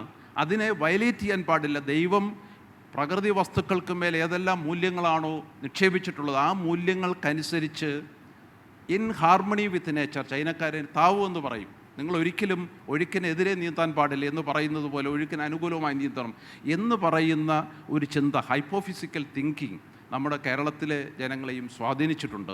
ഈ കോണ്ടെക്സ്റ്റിലാണ് താവോ ഓഫ് ഫിസിക്സ്. ഒരിക്കലും ഈ പ്രകൃതിയുടെ നിയമങ്ങൾക്കെതിരെ ചിന്തിക്കാനോ പ്രവർത്തിക്കാനോ ഒന്നും പാടില്ല എന്ന് പറയുന്ന സമ്പ്രദായത്തെയാണ് ചൈനക്കാരെ താവോയിസം എന്നും വേണമെങ്കിൽ ഇന്ത്യയിൽ അതിൻ്റെ ഒരു പുതിയ ആധുനിക പതിപ്പാണ് ഗാന്ധിസം എന്ന് പറയുന്നതൊക്കെ തന്നെ. അപ്പോൾ ഈ കോണ്ടെക്സ്റ്റിലാണ് നമ്മൾ രണ്ട് പ്രളയത്തെ നേരിടേണ്ടി വരികയും ഇത്തരത്തിലുള്ള ഈ ഡിസൈനേഴ്സ് വളരെ ശാസ്ത്രീയമായ ഡിസൈനിൻ്റെ ഒരു ആവശ്യകതയെപ്പറ്റിയുള്ള ചർച്ച ഉദ്ഘാടനം ചെയ്യുകയും ചെയ്തു. ഈ കാര്യത്തിൽ ഒറ്റ വാചകം കൂടെ പറയാം. ഞാൻ തിരുവനന്തപുരം അടുത്ത കാലത്ത് ഒരു ഫ്രഞ്ച് ജേർണലിന് വേണ്ടി ക്യാപിറ്റൽ സിറ്റീസ് ഓഫ് ഇന്ത്യ എന്ന് പറയുന്ന ഒരു സ്പെഷ്യലി ഫ്രഞ്ച് ഭാഷയിൽ പ്രസിദ്ധീകരിക്കാനായിട്ടൊരു പ്രോജക്റ്റിനകത്ത് ക്രിട്ടിക് ബദായി എന്ന് പറയുന്ന വലിയ ഫിലോസഫർ തുടങ്ങിയ ക്രിട്ടിക് എന്ന ജേർണലിന് വേണ്ടി ക്യാപിറ്റൽസ് ഓഫ് ഇന്ത്യ, അതിനകത്ത് ക്യാപിറ്റൽ സിറ്റി ഓഫ് ട്രിവാൻഡ്രം എന്ന ലേഖനം എഴുതാൻ എന്നെയാണ് അവർ കമ്മീഷൻ ചെയ്തത്. അപ്പോൾ ഇതിനെക്കുറിച്ചുള്ള ഗവേഷണത്തിൽ ഏർപ്പെട്ടപ്പോഴാണ് എനിക്ക് മനസ്സിലായത്, നമ്മുടെ തിരുവനന്തപുരത്ത് സെക്രട്ടേറിയറ്റ് മുതൽ വടക്കോട്ട് നീങ്ങുകയാണെങ്കിൽ ഒരു വ്യത്യസ്തമായ സിറ്റി നമുക്ക് കാണാൻ പറ്റും. സെക്രട്ടേറിയറ്റ് തൊട്ട് തെക്കോട്ട് പോവുകയാണെങ്കിൽ ഏതാണ്ട് മണക്കാട് വരെ പോവുകയാണെങ്കിൽ വേറൊരു തരത്തിലുള്ള സിറ്റിയാണ് നമുക്ക്. അതിന് സിറ്റി എന്ന് തന്നെ പറയാമോ എന്നറിയില്ല, വേണമെങ്കിൽ ടെമ്പിൾ ഹാംലെറ്റ് എന്ന് വേണമെങ്കിൽ പറയാം. അപ്പോൾ ഈ ഡിസൈൻ എന്ന് പറയുന്നത്, ഞാൻ ഇവരുടെ അനുവാദത്തോടുകൂടി പറയുകയാണ്, എൻ്റെ അഭിപ്രായത്തിൽ ഈ differentiation and organisation of space എന്നതാണ് ഡിസൈൻ എന്നതിനെ നാം നിർവചിക്കുന്നതെങ്കിൽ ആ സ്പേസ്, അതെ, സ്പേസ് എന്ന് പറയുന്ന പല ഫിസിക്കൽ സ്പേസ് ഉണ്ട്, പൊളിറ്റിക്കൽ കൾച്ചറൽ സ്പേസ് ഉണ്ട്, സേക്രഡ് സ്പേസ് ഉണ്ട്. ഒരു സ്പേസിനെ നമ്മൾ സേക്രഡ് ആരോപിച്ചിട്ട് സേക്രഡ് സ്പേസായി കാണുക. അപ്പോൾ ഈ ഓവർബ്രിഡ്ജിന് തെക്ക് വശത്തുള്ള സ്പേസ് എന്ന് പറയുന്നത് സേക്രഡ് സ്പേസാണ്. അവിടെ പണ്ട് പ്രിവിലേജ്ഡ് ഫോംസ് ഓഫ് ലൈഫ് എന്ന് പറയുന്ന കൗസ് ആൻഡ് ബ്രാഹ്മിൻസ് ആയിരുന്നു. പശുക്കൾക്ക് പ്രിവിലേജ് ഉണ്ടായിരുന്നു. 18-ാം നൂറ്റാണ്ടിന് മുൻപ് വരെ ബ്രാഹ്മിൻസ് ഉണ്ടായിരുന്നു. അവരുടെ ഒരു വളരെ ഈ ഡിസൈൻഡായ ഒരു ഡിസൈൻ ഉണ്ടായിരുന്നു, സെറ്റിൽമെൻറ്റ് പാറ്റേൺ ഉണ്ടായിരുന്നു. ഈ ക്ഷേത്രത്തോട് അടുക്കും തോറും ബ്രാഹ്മണർ, ക്ഷേത്രത്തിന് അകലും തോറും ഈ സെറ്റിൽമെൻറ്റ് പാറ്റേൺ അല്ലെങ്കിൽ അതിൻ്റെ ലേ ഔട്ട് എന്ന് പറയുന്നത് ജാതിയിൽ താഴ്ന്നവർ ക്ഷേത്രത്തിൽ നിന്ന് അകന്നു പോകുന്നു, ജാതിയിൽ കൂടിയവർ ക്ഷേത്രത്തിന് സമീപത്തേക്ക് വരുന്നു. Social pattern. അപ്പോൾ ഇത്തരത്തിലുള്ള ഈ സ്പേസിനെ സെക്രലൈസ് ചെയ്യുന്ന ഒരു വിശ്വാസത്തിൻ്റെയും ലോകവീക്ഷണത്തിൻ്റെയും ഒരു എംബോഡിമെൻ്റായിട്ടാണ് ഈ പത്മനാഭ ക്ഷേത്രം നിലനിൽക്കുന്നത്. പക്ഷേ ബ്രിട്ടീഷുകാർ വന്നതിന് ശേഷമാണ് ഈ ഫിസിക്കൽ സ്പേസിനെ എങ്ങനെ സെക്യുലറായി ഓർഗനൈസ് ചെയ്യാം എന്നുള്ള ഒരു കൺസെപ്റ്റ്. ജോൺ നേരത്തെ പറഞ്ഞല്ലോ കൊട്ടാരം മതിൽ എന്ന് പറയുന്നു. വാസ്തവത്തിൽ കൊട്ടാരം മതിലിൻ്റെ യഥാർത്ഥ ഡിസൈനർ ബ്രിട്ടീഷുകാരാണ്. ഇവിടുത്തെ ഇന്ത്യയിലെ നല്ല ലോകത്തിലെ ഏറ്റവും പ്രശസ്തമായ മ്യൂസിയങ്ങളിലൊന്നായ Napier museum, university college, fine arts college, secretariat building, ഇങ്ങനെയുള്ള ഈ പാറ്റേണിലുള്ള ആധുനികമായ നിങ്ങൾ ഈ ബിൽഡിംഗ് കെട്ടിടങ്ങൾക്കിടയിലൂടെ നടന്നു പോയാൽ നിങ്ങളൊരു നിസ്സാരനാണെന്ന് തോന്നിക്കാത്ത സ്ട്രക്ചേഴ്സാണ് ഈ തിരുവനന്തപുരത്തിൻ്റെ പ്രത്യേകത. ഇപ്പോൾ ഒരു വലിയ പ്രശസ്തനായ ഒരു ശില്പി ഒരിക്കൽ പറയുകയുണ്ടായി, നിങ്ങൾ സെൻറ്റ് പീറ്റേഴ്സ്ബർഗിലൂടെ തെരുവിലൂടെയാണ് നടന്നു പോകുന്നതെങ്കിൽ യു വിൽ ഫീൽ ഡോർഫ്ഡ്. നിങ്ങൾ വെറും നിസ്സാരനാണെന്ന് തോന്നിപ്പിക്കുന്ന തരത്തിലുള്ള വലിയ കൂറ്റൻ മോണുമെന്റ് സ്ട്രക്ചേഴ്സ് ഉണ്ടാക്കുന്നതിലൂടെ ഒരു പവറിൻ്റെ എക്സിബിഷനും സാധിക്കും. നിങ്ങളുടെ ആവശ്യം, നിങ്ങളുടെ ഈസ്തെറ്റിക്സ്, വിസിറ്ററുടെ അല്ലെങ്കിൽ സ്പെക്ടേറ്ററുടെ ഈ സൗന്ദര്യശാസ്ത്രത്തെ ആഹ്ലാദിപ്പിക്കുക എന്നതിനൊക്കെ ഉപരി അധികാരത്തിൻ്റെ ഒരു ഭയങ്കര പ്രദർശനപരിധിയായി സെൻറ്റ് പീറ്റേഴ്സ്ബർഗിലെ കെട്ടിടങ്ങൾ കാണും. നിങ്ങൾ വെറും നിസ്സാരനാണ് സെൻറ്റ് പീറ്റേഴ്സിലൂടെ നടന്നു. ജോൺ പോയിട്ടുണ്ടാവും ചിലപ്പോൾ. നിങ്ങൾ വെറും ഒരു ചെറിയ മനുഷ്യനാണെന്ന് തോന്നും. ആക്കും ആ കെട്ടിടത്തിൻ്റെ വലിയ ജൈജാൻറ്റിക് സ്ട്രക്ചർ എന്ന് പറയുന്നത്. പക്ഷേ തിരുവനന്തപുരം നമ്മളെ ഭാഗ്യം, തിരുവനന്തപുരത്തിൻ്റെ ഈ സെക്രട്ടേറിയറ്റ് മുതൽ വടക്കോട്ട് ഏതാണ്ട് കവടിയാർ വരെ നടന്ന നിങ്ങൾക്കൊരു ഈക്വാളിറ്റി വിത്ത് ബിൽഡിങ്സ് അറൗണ്ട് ചെയ്യും, നിങ്ങൾക്ക് ഫീൽ ചെയ്യും. അപ്പോൾ ഇനി നമ്മുടെ ഡിസൈൻ പോളിസിയെക്കുറിച്ച് ഇവർ ഈ പുതിയ നയങ്ങൾ ആവിഷ്കരിക്കുമ്പോൾ ഈ തിരുവനന്തപുരത്തിൻ്റെ ഈ പറയുന്ന സെക്രട്ടേറിയറ്റ് മുതൽ വടക്കോട്ടുള്ള ഇത്തരത്തിലുള്ള ഈ പാറ്റേൺഡ് സ്ട്രക്ചേഴ്സിനെ എങ്ങനെ നിലനിർത്താം, ഇതുമായിട്ട് മാച്ച് ചെയ്യുന്ന കെട്ടിടങ്ങൾ.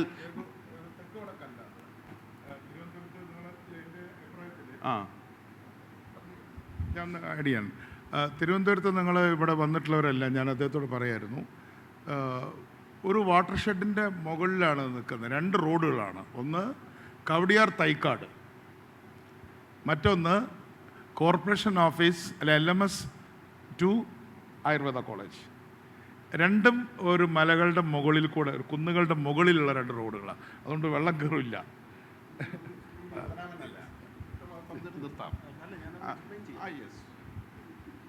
ഇൻഫാക്റ്റ് ഇത് ഇവർ 2 കാര്യങ്ങൾ ഇവിടെ സൂചിപ്പിച്ചു. ഒന്ന്, സിറ്റിയുടെ ഡിസൈനെ കുറിച്ച് സംസാരിച്ചു. ഞാനത് ആഡ് ചെയ്തു. ഞാൻ ഈ തെക്ക് വടക്കല്ല, കിഴക്ക് പടിഞ്ഞാറാണ്. തിരുവനന്തപുരം കിഴക്ക് പടിഞ്ഞാറ്, അതാണ് പോയിന്റ്. തെക്ക് വടക്കല്ല. അതല്ല ഞാൻ പറയാൻ ഉദ്ദേശിച്ചത് ഇത്രയേ ഉള്ളൂ.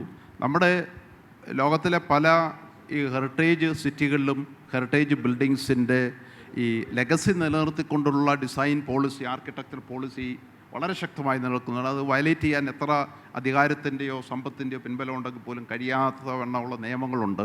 ഇപ്പോൾ തിരുവനന്തപുരത്തിൻ്റെ അല്ല കേരളത്തിൻ്റെ പുതിയ ഡിസൈൻ പോളിസിയെക്കുറിച്ച് നമ്മൾ ആലോചിക്കുമ്പോൾ ഈ കേരളത്തിൻ്റെ ഈ കഴിഞ്ഞ 200 വർഷത്തിനിടയിൽ കേരളത്തിലുണ്ടായിട്ടുള്ള ഈ പറയുന്ന ഈ മൊണുമെൻ്റൽ സ്ട്രക്ചേഴ്സിനെ എത്രത്തോളം മോണുമെൻ്റൽ എന്ന് വിളിക്കാമോ എന്ന് എനിക്കറിയില്ല. പക്ഷെ നമ്മുടെ സ്കെയിൽ വെച്ചിട്ട് അതിനെ മോണുമെൻ്റൽ, ലഭ്യമായ സ്കെയിൽ വെച്ചിട്ട് മോണുമെൻ്റൽ സ്ട്രക്ചേഴ്സ് എന്ന് വിളിക്കാം. ഈ മോണുമെൻ്റൽ സ്ട്രക്ചേഴ്സിനെ മാച്ച് ചെയ്യുന്ന ബിൽഡിങ്സ് മാത്രം അനുവദിക്കുന്ന നിയമങ്ങൾ കൊണ്ടുവരണം. മറ്റൊരു നിർദ്ദേശം, ഈ ഡിസൈനേഴ്സിന് മുൻപിൽ നിങ്ങൾ ഡിസൈൻ പോളിസിയെക്കുറിച്ച് ഗവൺമെൻറ് അധികൃതരുമായി സംസാരിക്കുമ്പോൾ, ഇപ്പോൾ കേരളത്തിൻ്റെ ഒരു 15-20 കിലോമീറ്ററിന് അപ്പുറത്ത് ഒരു വലിയ പുതിയ സിറ്റി ഇന്ന് വികസിച്ചുകൊണ്ടിരിക്കുകയാണ്, ടെക്നോ സിറ്റി എന്ന് പറയുന്നത്. അപ്പോൾ ഇപ്പോൾ തിരുവനന്തപുരത്തിൻ്റെ ഭാഗമായിട്ടാണ് അത് വരുന്നത്. പക്ഷേ എൻ്റെ ഒരു സജഷൻ എന്ന് പറയുന്നത്, ഇത് വേറെ സിറ്റിയായി റീനെയിം ചെയ്യപ്പെടുകയും തിരുവനന്തപുരത്തിൻ്റെ ചരിത്ര പ്രാധാന്യമുള്ള ഹിസ്റ്റോറിക്കൽ വാല്യൂവിന് വേണ്ടി മാത്രം നിലനിർത്തേണ്ട ഒരു സിറ്റിയായി, ഒരു ഹെറിറ്റേജ് സിറ്റിയായി നിലനിർത്താനുള്ള നിയമനിർമ്മാണങ്ങൾ നടത്താൻ അധികാരികൾക്ക് വിദഗ്ധ ഉപദേശം നൽകുകയും വേണം എന്ന് എൻ്റെ ആദ്യത്തെ ഊഴത്തിൽ ഞാൻ പറഞ്ഞുകൊണ്ട് മൈക്ക് കൈമാറി. നമുക്ക് എത്ര മിനിറ്റ് കൂടെ ഉണ്ട് ഓർഗനൈസേഴ്സ്? 15. Pardon? 5. അത് ചോദിക്കാം, അങ്ങനെയാണിപ്പോൾ ക്ലോസ് ചെയ്യാം. So we have 5 more minutes. After that we have the discussion session, question answer session. ഈ സെഷൻ എത്രയുണ്ട്? ഇവിടെ വന്നിട്ട് പറയും. എത്ര മിനിറ്റും കൂടി ഈ സെഷൻ കൊണ്ടുപോകാം? അതെ സർ, 5 minutes. അതിനുശേഷം ക്വസ്റ്റ്യൻ ആൻസർ സെഷൻ ആണ്. അത് തന്നെ, അത് അടക്കാൻ ചോദിക്കുന്നത്. എല്ലാം കൂടി സർ 5 minutes ഉള്ളൂ. 2 മണിക്ക് നെക്സ്റ്റ് പ്രോഗ്രാം നമ്മൾ സ്റ്റാർട്ട് ചെയ്യും. എങ്ങനെ സർ? 2 മണിക്ക് നമ്മൾ നെക്സ്റ്റ് പ്രോഗ്രാം സ്റ്റാർട്ട് ചെയ്യും sir. So we will wind up. 2 മണി കഴിഞ്ഞപ്പോൾ 3 മണിയായി. Sorry sir, 3 o'clock, sorry. എന്നാൽ പിന്നെ നമുക്ക് ഈ സെഷൻ പിരിച്ചുവിടാം. അപ്പോൾ എന്തായാലും ക്വസ്റ്റ്യൻ ആൻസർ ആർക്കെങ്കിലും ഉണ്ടെങ്കിൽ ക്വസ്റ്റ്യൻ ആൻസർ ചോദിക്കാം. ഞാൻ ഈ പറഞ്ഞ പോലെ 2-3 സജഷൻസ് വെക്കുകയാണ്. ഒന്ന്, എന്ത് നമ്മൾ ഡിസൈൻ എന്ന് പറഞ്ഞാലും അവസാനം അത് ലോ എന്നുള്ള ഇതിലേക്ക് വരികയാണ്. അപ്പോൾ അതിൽ ഇപ്പോൾ നമ്മളിപ്പോൾ ഡിസൈൻ പോളിസി വരുന്നു, അതുപോലെ തന്നെ കൺസ്ട്രക്ഷൻ്റെ പോളിസി വരുന്നു. അങ്ങനെ വരുമ്പോൾ ഒരു സജഷൻ ആയിട്ട് ഞാൻ ഇവിടെ നിന്ന് വെക്കുന്നത്, ഒരു കോൺസെൻസസ് അതിനുണ്ടെന്ന് ഞാൻ വിചാരിക്കുകയാണ്. നമുക്കിപ്പോൾ ഒരു റൂളേ ഉള്ളൂ, ബിൽഡിംഗ് റൂൾസ് ഒറ്റ ഒന്നേ ഉള്ളൂ. കേരളത്തിന് നമ്മൾ ഡിസൈൻ ചെയ്യുമ്പോൾ എത്ര ലോക്കൽ സ്പെസിഫിക് ആയിട്ടുള്ള റൂൾസ് വേണം, അല്ലെങ്കിൽ എത്ര വേണോ വേണ്ടേ, അതൊരു ഡിബേറ്റിംഗ് പോയിൻ്റാണ്. അത് നിങ്ങൾക്ക് വിട്ടുതരികയാണ് ഞാൻ. നമുക്കൊരു കളക്ടർ ഉണ്ടായിരുന്നു വയനാട്ടിലെ. അദ്ദേഹം പറഞ്ഞു അവിടെ 10 നില കെട്ടിടം വയ്ക്കാൻ പാടില്ല. ഞാൻ ഉൾപ്പെട്ട ഗവൺമെൻറ്റാണ് അത് വയ്ക്കാമെന്ന് പറഞ്ഞത്. പാടൻ കേശവേന്ദ്രകുമാർ, ഞാൻ അദ്ദേഹത്തിൻ്റെ കൂടെ ആയിരുന്നു, പക്ഷേ കാര്യം ഉണ്ടായില്ല. ഇപ്പോൾ 10 നില ഐസോർ, താങ്കൾ ഉപയോഗിച്ച വാക്കാണ്. വൈത്തിരി എന്ന് പറഞ്ഞാൽ ഐസോറായി. അതുപോലെ മൂന്നാർ ഒരു ഐസോറായി. അപ്പോൾ അവിടെ നമുക്ക് അപ്പോൾ എന്താണ് അതിന് അവർക്ക് രക്ഷ കിട്ടിയത്? അത്തരത്തിലുള്ള ലോ ബ്രേക്കിംഗ് അവർ നടത്തിയിട്ടില്ല, അവർ ലോ ഇംപ്ലിമെൻ്റ് ചെയ്യാണ് ചെയ്തത്. കേരളത്തിന് ഒരു റൂളേ ഉള്ളൂ. അപ്പോൾ അത്തരത്തിലുള്ള ഒരു സ്പെസിഫിക് ആയിട്ടുള്ള ചില കാര്യങ്ങൾ വേണ്ടി വരും. രണ്ടാമതായിട്ട് ഏറ്റവും പ്രധാനപ്പെട്ട, താങ്കൾ പറഞ്ഞതുകൊണ്ട് ഞാൻ കോംപ്ലിമെൻ്റ് ചെയ്യാണ്, കേരളത്തിലെല്ലാം നമ്മൾ നോ ആണ് പറയുന്നത്. കാട് 30% കാട്. ഡെൻസിറ്റി ഓഫ് പോപ്പുലേഷൻ വളരെ കൂടുതലാണ്. നമ്മുടെ കാട്ടിൽ പോപ്പുലേഷൻ ഇല്ല, വളരെ കുറച്ചേ ഉള്ളൂ. കടപ്പുറത്തേക്ക് നമുക്ക് പോകാൻ പാടില്ല, കായൽ തീരത്ത് പോകാൻ പാടില്ല. 44 നദി എന്ന് വെറുതെ പറയുന്നതാണ്. ഈ ബിൽഡിംഗ് റൂൾസിലേക്ക് വരുമ്പോൾ ഒരുപാട് ചെറിയ ചെറിയ തോടുകളും പുഴകളും ഉണ്ട്, അവിടെയൊന്നും പോകാൻ പാടില്ല. അപ്പം നമുക്ക് വളരെ, പിന്നെ കുട്ടനാട് പോലുള്ള വലിയ ഏരിയയുണ്ട്. അപ്പം നമുക്കൊരു സ്പേഷ്യൽ ക്രൈസിസ് നമുക്കുണ്ട്. അത് ഞാൻ വയനാട് പോയപ്പോൾ പറഞ്ഞൊരു വേർഡ് അതാണ്, സ്പേഷ്യൽ ക്രൈസിസ്. കേരളത്തിലൊരു സ്പേഷ്യൽ ക്രൈസിസ് ഉണ്ട്. ആ സ്പേഷ്യൽ ക്രൈസിസിനെ എങ്ങനെ അഡ്രസ്സ് ചെയ്യും? നമുക്ക് എവിടെ പോകണം എങ്ങനെ പറയാം, അല്ലെങ്കിൽ എങ്ങനെ പോകണം? എല്ലാ വാട്ടർ ഫ്രണ്ടിൽ നിന്നും 500 മീറ്റർ വേണോ? കണ്ണമൂല തോടിൽ നിന്നും പട്ടം തോടിൽ നിന്നും 500 മീറ്റർ അകലെ പോകണോ? അത് അവിടെ എത്ര അടുത്തേക്ക് വരാം? ഇത്തരത്തിൽ പോകാവുന്ന ഇടങ്ങൾ, സ്പേസുകൾ പറയാതെ പോകരുതാത്ത ഇടങ്ങളെക്കുറിച്ച് പറയാൻ നമുക്ക് സാധിക്കില്ല. എന്തായാലും നമുക്കിനി ഹൈ റേഞ്ചിലൊക്കെ ഒരുപാട് പോയിട്ട് അവിടെ ഡിസ്റ്റർബ് ചെയ്യാൻ പറ്റില്ല എന്നുള്ള കാര്യത്തിൽ യാതൊരു ഇൻഡിസ്ക്രിമിനേറ്റ് ആയിട്ട് പോകാൻ പറ്റില്ല എന്നുള്ള കാര്യം സംശയമില്ല. നമുക്ക് ചോദ്യങ്ങൾ ചോദിക്കാം. ഒരു 5 മിനിറ്റും കൂടെ, 5-10 മിനിറ്റും കൂടെ നമുക്ക് ഉപയോഗിക്കാം. Okay, yes, ask questions to the panelist. It's time for question and answer session.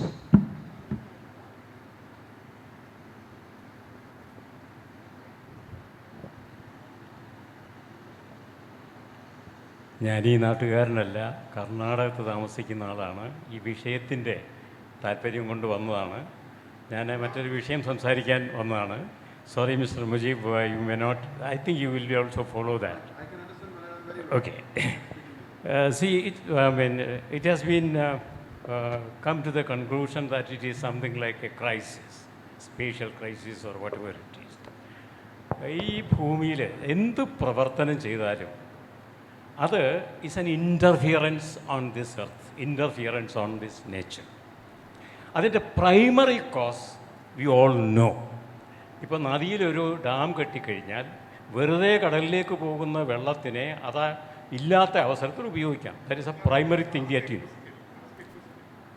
So the point is that it is not the crisis. That is exactly why I am coming to that. That requires an explanation. നമ്മുടെ ഒരു കവി പറഞ്ഞതുപോലെ ഇവിടെ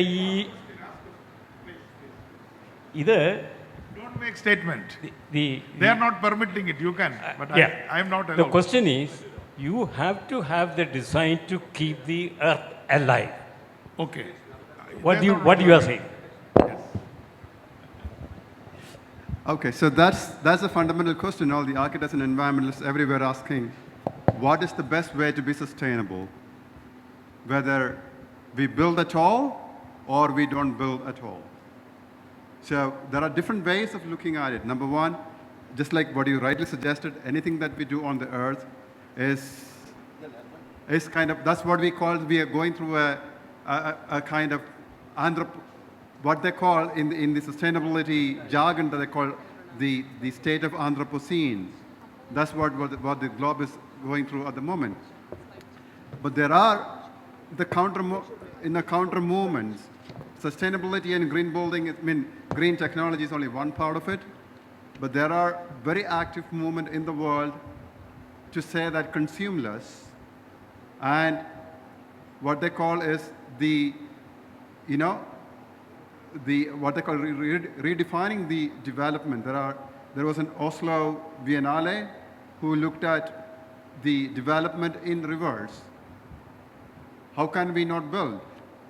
And there are, I don't know, you heard about Leonardo DiCaprio. Leonardo DiCaprio has a girlfriend in every second month because he takes bath only 4 times, once in 4 days. Because there are extreme guys like that who wants to conserve, look at environment in a totally different way. Saying that, well, I don't want to take bath because it's kind of my way of taking care of the earth. And also the way of, looking at fashion in a different way. Like, if you look at, there are people who actually control the number of clothes that they buy in a year.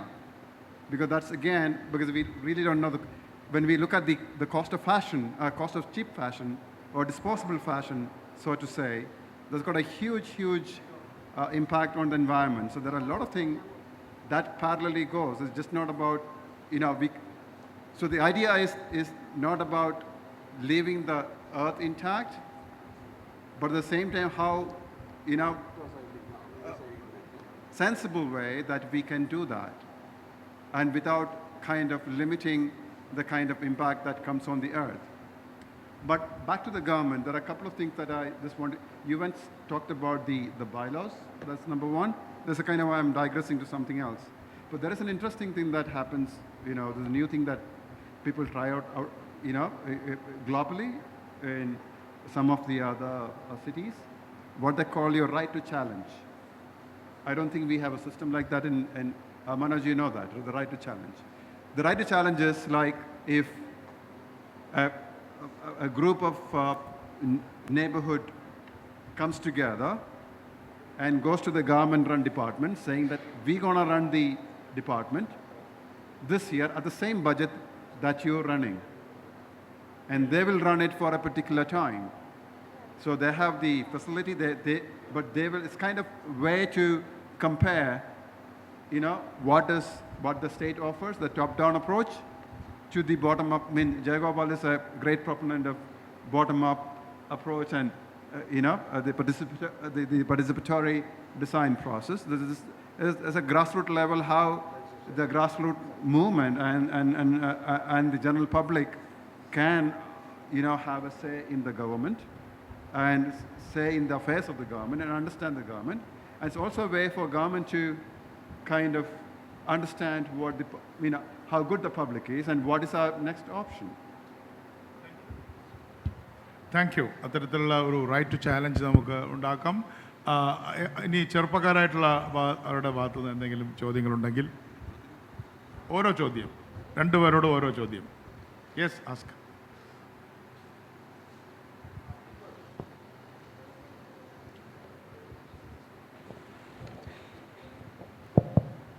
Sir, good afternoon. Design and society എന്ന് പറയുമ്പം എൻ്റെ ചോദ്യം urban design ലെവലിലുള്ളതാണ്. നമ്മൾ ഇത്രയും വർഷങ്ങളായിട്ട് പലയിടത്തും planned cities കണ്ടത് ട്രാൻസ്പോർട്ടേഷനെ focus ചെയ്തുകൊണ്ടുള്ള സിറ്റീസ് ആയിരുന്നു. ഇപ്പം ഈ അടുത്തിടെയായിട്ട് അത് ഫെയിലിയർ ആണെന്ന് ആൾക്കാർ മനസ്സിലാക്കി വരുവാണ്. ഈ സൊസൈറ്റി എന്ന് പറയുന്നതിൻ്റെ യൂണിറ്റ്, അതായത് ഒരു ഹ്യൂമൻ ബീയിങ്ങിൻ്റെ മെൻ്റൽ ഹെൽത്ത് ആൻഡ് സൈക്കോളജി, അതിനെ വേണം ഫോക്കസ് ചെയ്യാൻ നമ്മൾ മനസ്സിലാക്കി വരിക. ഇപ്പോൾ കേരളത്തിൽ ഇപ്പോഴും സിറ്റീസ് ഡെവലപ്പ് ചെയ്യുന്നത് പലപ്പോഴും ട്രാൻസ്പോർട്ടേഷൻ, അതേ നമുക്ക് സാധിക്കുന്നുള്ളൂ. അപ്പോൾ അതിൽ നിന്ന് മാറി മനുഷ്യൻ്റെ മെൻ്റൽ ഹെൽത്തിലേക്ക് അല്ലെങ്കിൽ സൈക്കോളജിക്കൽ അതിലേക്കൊക്കെ നമുക്ക് ഡൈവേർട്ട് ചെയ്ത് അതിൽ ഫോക്കസ് ചെയ്യാനായിട്ട് നമ്മൾക്ക് സാധിച്ചു തുടങ്ങിയിട്ടുണ്ടോ, അല്ലെങ്കിൽ അതിന് ഇനി എന്തോരം സമയമെടുക്കും? Okay, Manoj.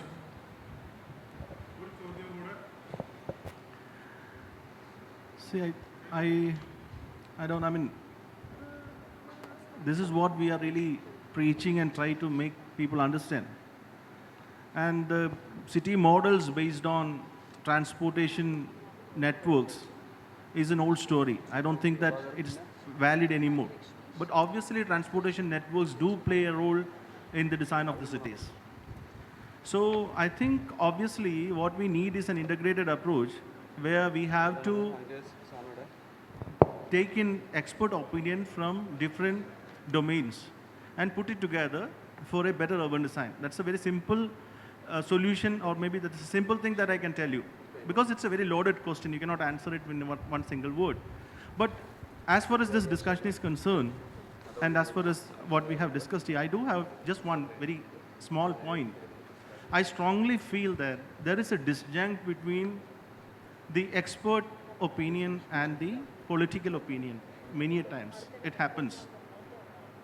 And somehow, what is required is a kind of an integration between the political opinion and the expert professional opinion. We should go hand in hand. And many a times it doesn't happen. So many a times when the decision making happens, it happens within the bureaucracy or within the political decisions. And many a times this professional advices or professional know-how is disregarded. That's the case, which is proven every moment. And to add on, something which I was just mentioning here is regarding this, which I wanted to answer earlier. It was regarding this, why Trivandrum and Kollam remain safe. Okay, Trivandrum is having Padmanabha Swami, but Kollam is not having such a strong god. But there is one reason. The reason is there is something called cultural landscape. Cultural landscape evolves with the human activity on the normal landscape. That's what I was about to tell earlier. The thing is, when you put your plow on the land for the first time, the cultural geography starts there. So if you know the land properly, it's നമ്മൾ മലയാളത്തിൽ പറയുമ്പോൾ ജ്ഞാനം ആർജിത ജ്ഞാനം എന്ന് പറയും. ഈ ആർജിത ജ്ഞാനം എന്ന് പറയുന്നത് ത്രൂ സെഞ്ചുറീസ് ഇവോൾവ് ചെയ്ത് വരുന്നതാണ്. അപ്പോൾ എന്താണ് ചെയ്യേണ്ടത് നമ്മൾ പ്രകൃതി പഠിപ്പിക്കുന്നുണ്ട്. ആ ഹിസ്റ്ററിയിൽ നിന്നാണ് നമ്മൾ ഓരോ കാര്യങ്ങളും ചെയ്യുന്നത്. കൊല്ലത്തെ സംബന്ധിച്ചിടത്തോളം നിങ്ങൾക്ക് ഒരുപക്ഷെ അറിഞ്ഞുകൂടാത്തൊരു കാര്യം ഞാൻ പറയാം. ഏകദേശം 2000 കൊല്ലം പഴക്കമുള്ള ഏതെങ്കിലും ചരിത്ര നഗരം ഇന്നും കേരളത്തിലുണ്ടെങ്കിൽ അത് കൊല്ലം മാത്രമാണ്. അത് പരിശോധിച്ചാൽ മനസ്സിലാവും എന്തുകൊണ്ടാണ് ഇതേപോലൊരു ചരിത്ര നഗരം 2000 കൊല്ലമായിട്ട് ഉള്ളത് എന്നുള്ളത് ഒന്ന് പരിശോധിച്ചാൽ പൊതുവെ ഡിസാസ്റ്റർ അവിടെ കുറവായിരുന്നു എന്ന് മനസ്സിലാവും. അതിൻ്റെ റീസൺ എന്താണ്? സുന്ദർബൻസ് കഴിഞ്ഞാൽ രണ്ടാമത്തെ ഏറ്റവും വലിയ ഡെൽറ്റ ഈ പറയുന്ന മൺട്രോത്തുരുത്ത് റീജിയനാണ്. വളരെ ആഴമുള്ള എസ്റ്റുറിയാണ് ഈ പറയുന്ന അഷ്ടമുടി കായൽ എന്ന് പറയുന്നത്. അപ്പോൾ അത്യാവശ്യം ഡ്രെയിൻ ഓഫ് അവിടെ ഉണ്ട്. അതേപോലെ ഇതിൻ്റെ ജിയോളജിക്കൽ ഇതെടുത്തു കഴിഞ്ഞാൽ അവിടെയും കുറേ പെക്യുലാരിറ്റീസ്, എനിക്കത് പെട്ടെന്ന് എക്സ്പ്ലെയിൻ ചെയ്യാൻ പറ്റില്ല. അപ്പോൾ ആ ലാൻഡ് ഫോമിൻ്റെ പെക്യുലാരിറ്റിയാണ് ഈ സെറ്റിൽമെൻറ്റ് അവിടെ എക്സിസ്റ്റ് ചെയ്യാനുള്ള കാര്യം. അപ്പോൾ ലാൻഡ് ഫോമിനെ അറിയുക എന്നുള്ളതാണ് നമ്മൾ ഏത് പ്രസ്ഥാനമായിട്ട് മുമ്പോട്ട് പോകുമ്പോഴും ഡിസൈൻ പ്രസ്ഥാനമായിട്ട് മുമ്പോട്ട് പോകുമ്പോഴും നമുക്ക് മനസ്സിലാവേണ്ടത്. അതാണ് ഇതിൻ്റെ ഉത്തരവെന്ന് പറയുന്നത്. So understanding the fundamentals. ഒരു ചോദ്യം കൂടെ ഞാൻ എൻ്റർടൈൻ ചെയ്യാണ്, രഘുവിനോട് ചോദിക്കാം. ആരെങ്കിലും ഉണ്ടെങ്കിൽ ചെറുപ്പക്കാർക്ക് മുൻഗണന. Let the youngsters ask. Yes, quick sharpen your question. First of all ഇതൊരു ക്വസ്റ്റ്യൻ അല്ല, ബട്ട് ചെറിയൊരു സ്റ്റേറ്റ്മെന്റ് ആണ്. കാര്യം ഓക്കെ,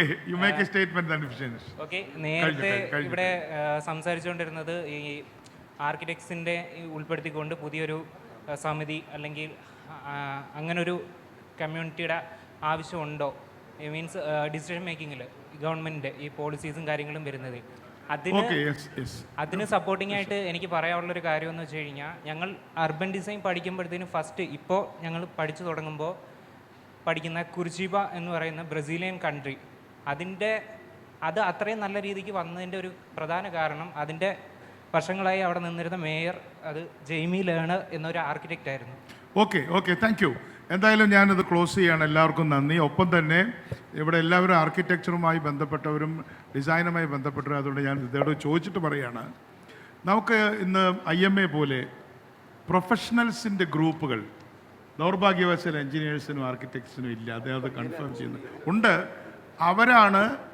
അവരാണ് പോളിസി മേക്കേഴ്സിനെ നിർബന്ധിക്കേണ്ടത്. പലപ്പോഴും ഡോക്ടർമാരാണ് അവരുടെ സർജിക്കൽ ഇന്നോവേഷൻസ് എല്ലാം അവരുടെ അസോസിയേഷൻസാണ് കണ്ടുപിടിക്കുന്നത്, അല്ലേ?